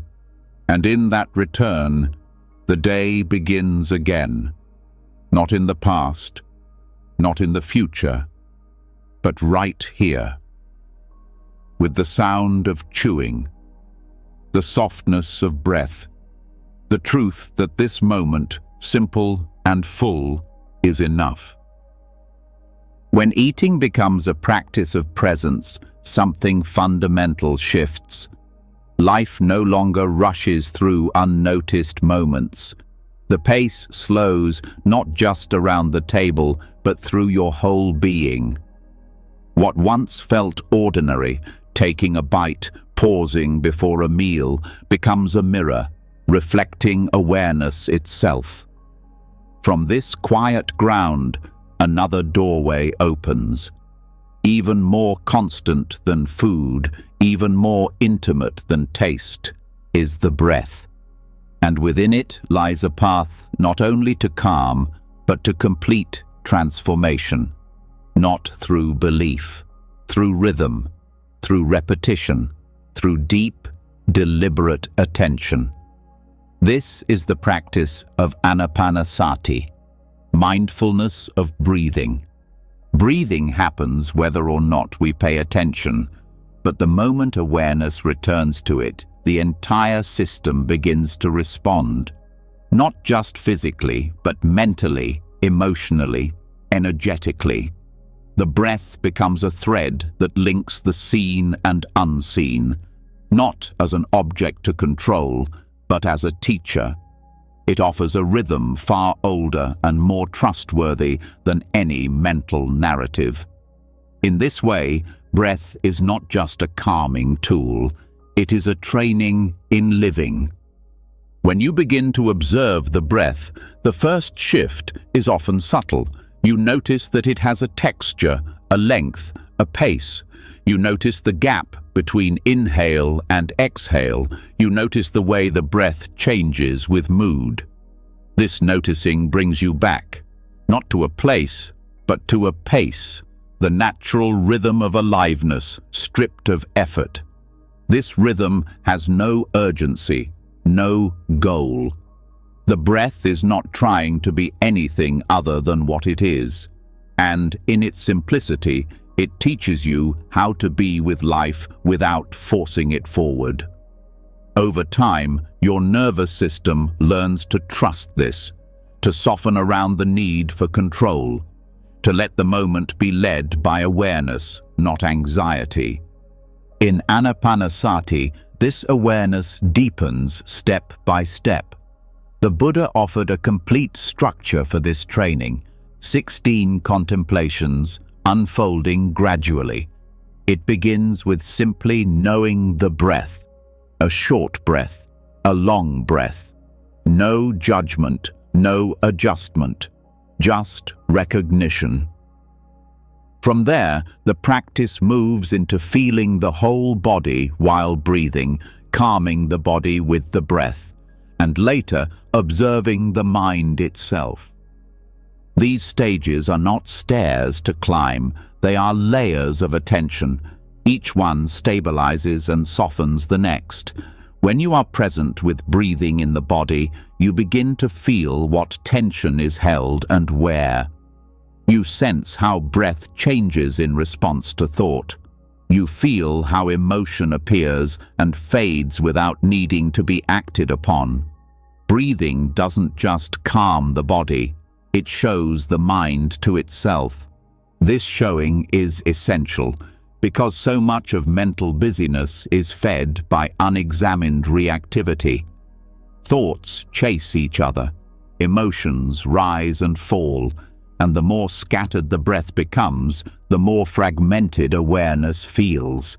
But when attention holds the breath consistently, those scattered energies begin to settle, not because you suppress them, but because you are no longer pulled by them.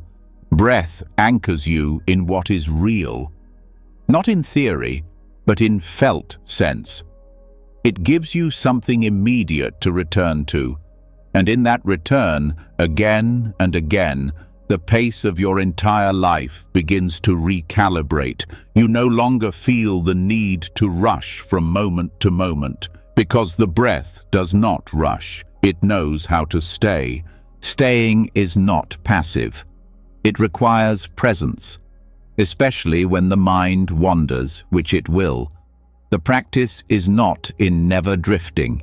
It is in always returning, with gentleness, with humility. Each return is a strengthening, not of control, but of contact. You begin to trust the breath more than the thought, more than the mood, more than the pull of distraction. As the breath deepens, so does the space between thoughts, not as a void, but as awareness itself, spacious, steady, and alive. You begin to feel that your thoughts are no longer stacked, one upon another, but drifting like clouds through a vast sky. That vastness is not outside of you. It is you when the breath is fully known. This knowing is not intellectual. It is experiential. The breath is never in the past. It is never in the future. It is always now. And so, through it, you are trained in the now, not in the idea of presence, but in the embodiment of it. Each inhale, a return. Each exhale, a release. This rhythm teaches more than books ever could. With time, Anapanasati begins to touch not only calmness, but insight. Because when you follow the breath into the subtle layers of the mind, you start to see how clinging forms. You see how craving arises, how aversion stiffens the breath, how fear narrows it. These aren't concepts, they are felt in the body. The breath shows you directly what the mind is doing, and in that seeing, something loosens. The compulsion to fix every thought softens. The need to complete every plan loses its urgency. The mind learns to sit with what arises without needing to manipulate it. Breath becomes the training ground for equanimity, not through force, but through rhythm. This rhythm is never mechanical. It's alive. It reflects the quality of each moment. You begin to sense how the breath responds to spaciousness, to joy, to resistance. You learn to listen to it, to follow its lead, not to dominate it, but to partner with it. This partnership is what allows transformation to occur. Because true transformation is not sudden, it's rhythmic, it repeats, it returns, it deepens slowly with consistency, just like breath. And the more you live from that rhythm, the more you begin to see how much of your busyness was learned, conditioned, assumed. The breath unmasks it and shows you that peace was never far. It was just buried beneath distraction. Even in moments of chaos, the breath is there. In a difficult conversation, in the middle of noise, in the space between tasks. You do not need silence to be mindful. You only need willingness to return. And that willingness is strengthened every time you follow the breath with care. As the breath becomes more familiar, it becomes less separate from the rest of life. You find its rhythm in walking, in writing, in resting, in speaking. The awareness cultivated through Anapanasati becomes embodied, not something you access only on the cushion, but something you carry into every room, every situation, every breath. And in carrying it, you begin to meet others differently, with more patience, with more stillness behind your words, with a kind of grounded presence that doesn't demand attention but naturally draws respect. People feel it, because breath awareness changes not just how you relate to yourself, but how you relate to the world. You begin to see how much of modern life is designed to fragment this awareness, to speed up your rhythms, to draw your attention outward. But once you've trained with the breath, you are not as easily pulled. You can return to yourself, not in theory, but in rhythm, quietly, repeatedly. And in that return, the pace of your entire life changes. Not dramatically, not overnight, but deeply. Each breath becomes a step toward remembering what matters, not in thought, but in presence, in the steady unfolding of attention through time. This is the gift of Anapanasati. It asks for nothing but consistency, and in return, it gives you access to your own depth, not as an idea, but as experience, as rhythm, as presence, as breath. As the breath becomes the teacher, it leads you back to what is always present. You begin to move from distraction to stillness, not through force, but through rhythm. The more you stay with the breath, the less interested you become in the mental noise that used to drive your actions. You no longer react from pressure, you respond from awareness. With each inhale and exhale, the idea of a fixed self, the one who's always doing, proving, becoming, starts to soften. And from that softening, a deeper inquiry naturally arises.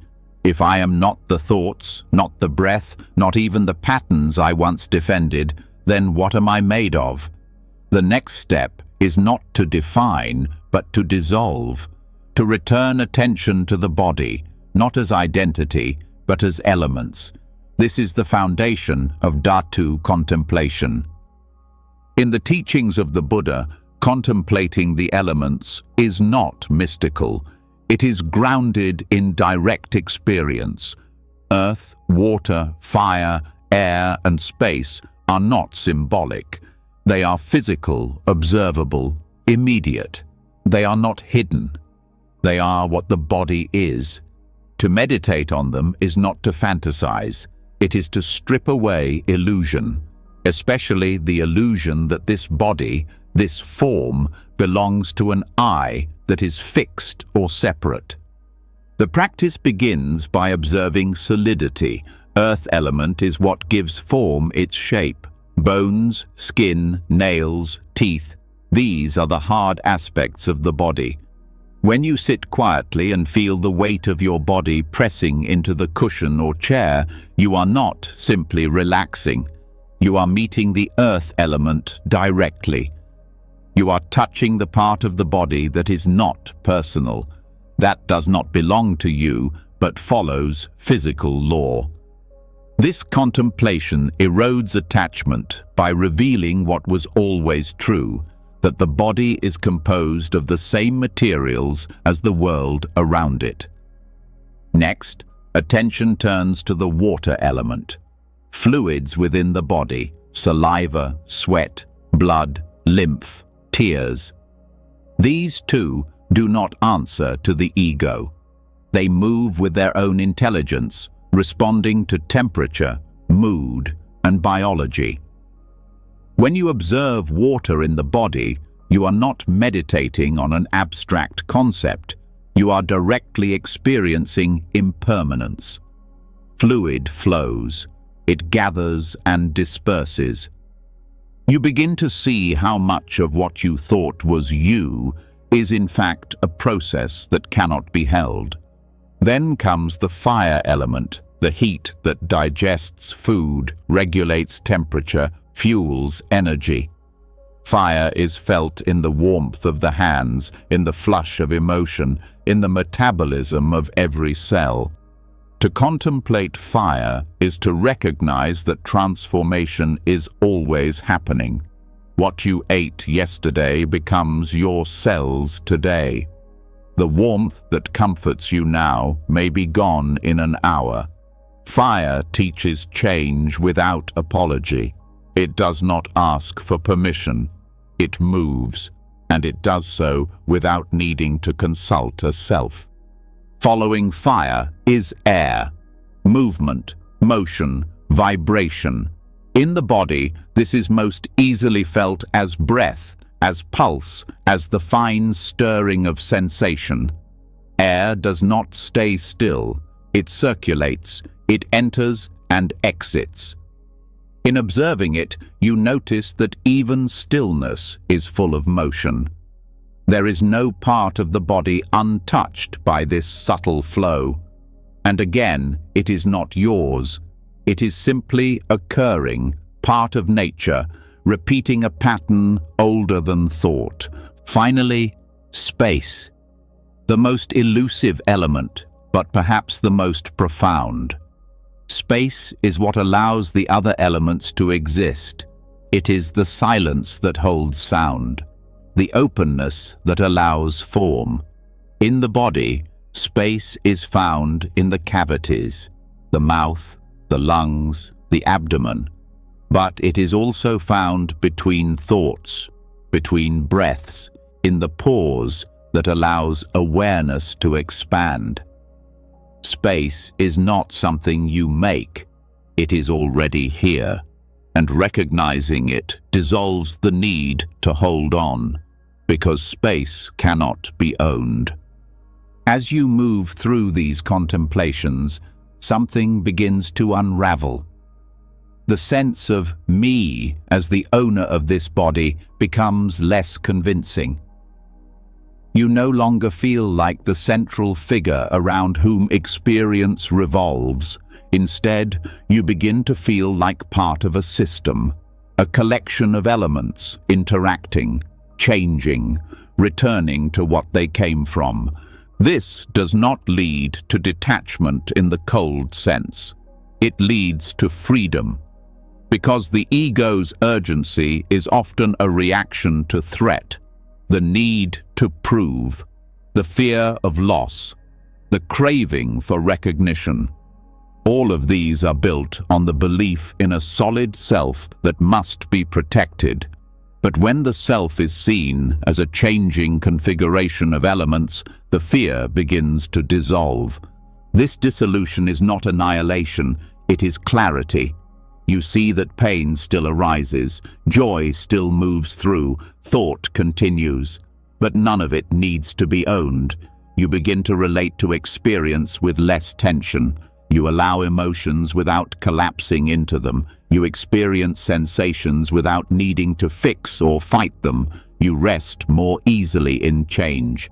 The practice also brings humility, because you see how fragile and temporary this form is.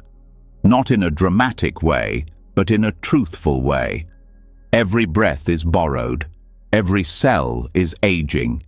The elements that form you today will not remain in this configuration forever. Knowing this brings tenderness. You stop taking your life so personally. You begin to respect the time you have, not by filling it with achievement, but by meeting it with sincerity. There is also compassion here. As you see your own body as elements, you begin to see others the same way, not as characters in your story, but as forms shaped by the same earth, moved by the same air, warmed by the same fire. The boundaries between self and other soften. You stop needing to prove anything to anyone. You stop holding grudges so tightly, because how can one configuration of elements hate another? And from this view, the pace of life naturally slows. Not because you're trying to be mindful, but because the urgency to defend, acquire, and control is no longer convincing. The mind becomes less reactive. Speech becomes less impulsive. Choices become more aligned with truth rather than habit. Even suffering begins to shift, not because it disappears, but because it is no longer seen as my pain. It is simply sensation arising in the field of experience. Earth contracting, fire intensifying, air constricting, water overflowing. You begin to meet these experiences not with panic, but with wisdom. This wisdom is not distant. It is embodied. It is felt directly as the absence of struggle, as the return to rhythm, as the knowing that what you are is not the story, not the body, not the voice in your head, but the awareness in which all of this arises and passes. And that awareness needs no urgency, because it is not bound by the same illusions. It does not chase, it does not defend, it simply holds. As you continue to reflect on the elements, the false center begins to dissolve more fully, and with it, the need to always be doing, always becoming, always fixing. What remains is presence, not floating above life, but grounded in it. Steady, spacious, sincere. This is not an escape from the world. It is a clearer way of living in it, because when the ego no longer drives everything, you become more available, more kind, more stable, less shaken by change, less caught by craving, less pulled into conflict. And in this space, something deeper is allowed to grow, not a new identity, but a way of being that needs no name, a presence that responds, not from fear, but from truth. And that truth is simple. This body is not mine. These thoughts are not mine. This life is not about me. It is about awareness, moving through form, about elements, meeting elements, about a rhythm older than self, reminding us that peace is not created, it is uncovered. And once uncovered, it changes everything. Not loudly, but quietly, deeply, fully. So now you've arrived. Not at the end of a lesson, but at the beginning of a new rhythm. One where the rush no longer defines you. One where presence becomes more valuable than productivity, and stillness is no longer mistaken for idleness, but honored as wisdom. You've walked through the forests of awareness, breathed with intention, eaten with reverence, and seen yourself not as a machine of doing, but as a field of being. You've learned that slowness is not weakness, but power. That time is not your enemy, but a reflection of your mind. That letting go is not loss, but freedom. Each teaching, each pause, each breath has pointed you home. Not to a distant place, but to this moment, the only one that ever mattered. And now, as you drift into sleep, let these truths settle deeper than thought. Let your breath carry them gently through the night. Let your body rest in the safety of now. Because the path to peace has never been far, it begins with the choice to slow down, and you've already taken the first step.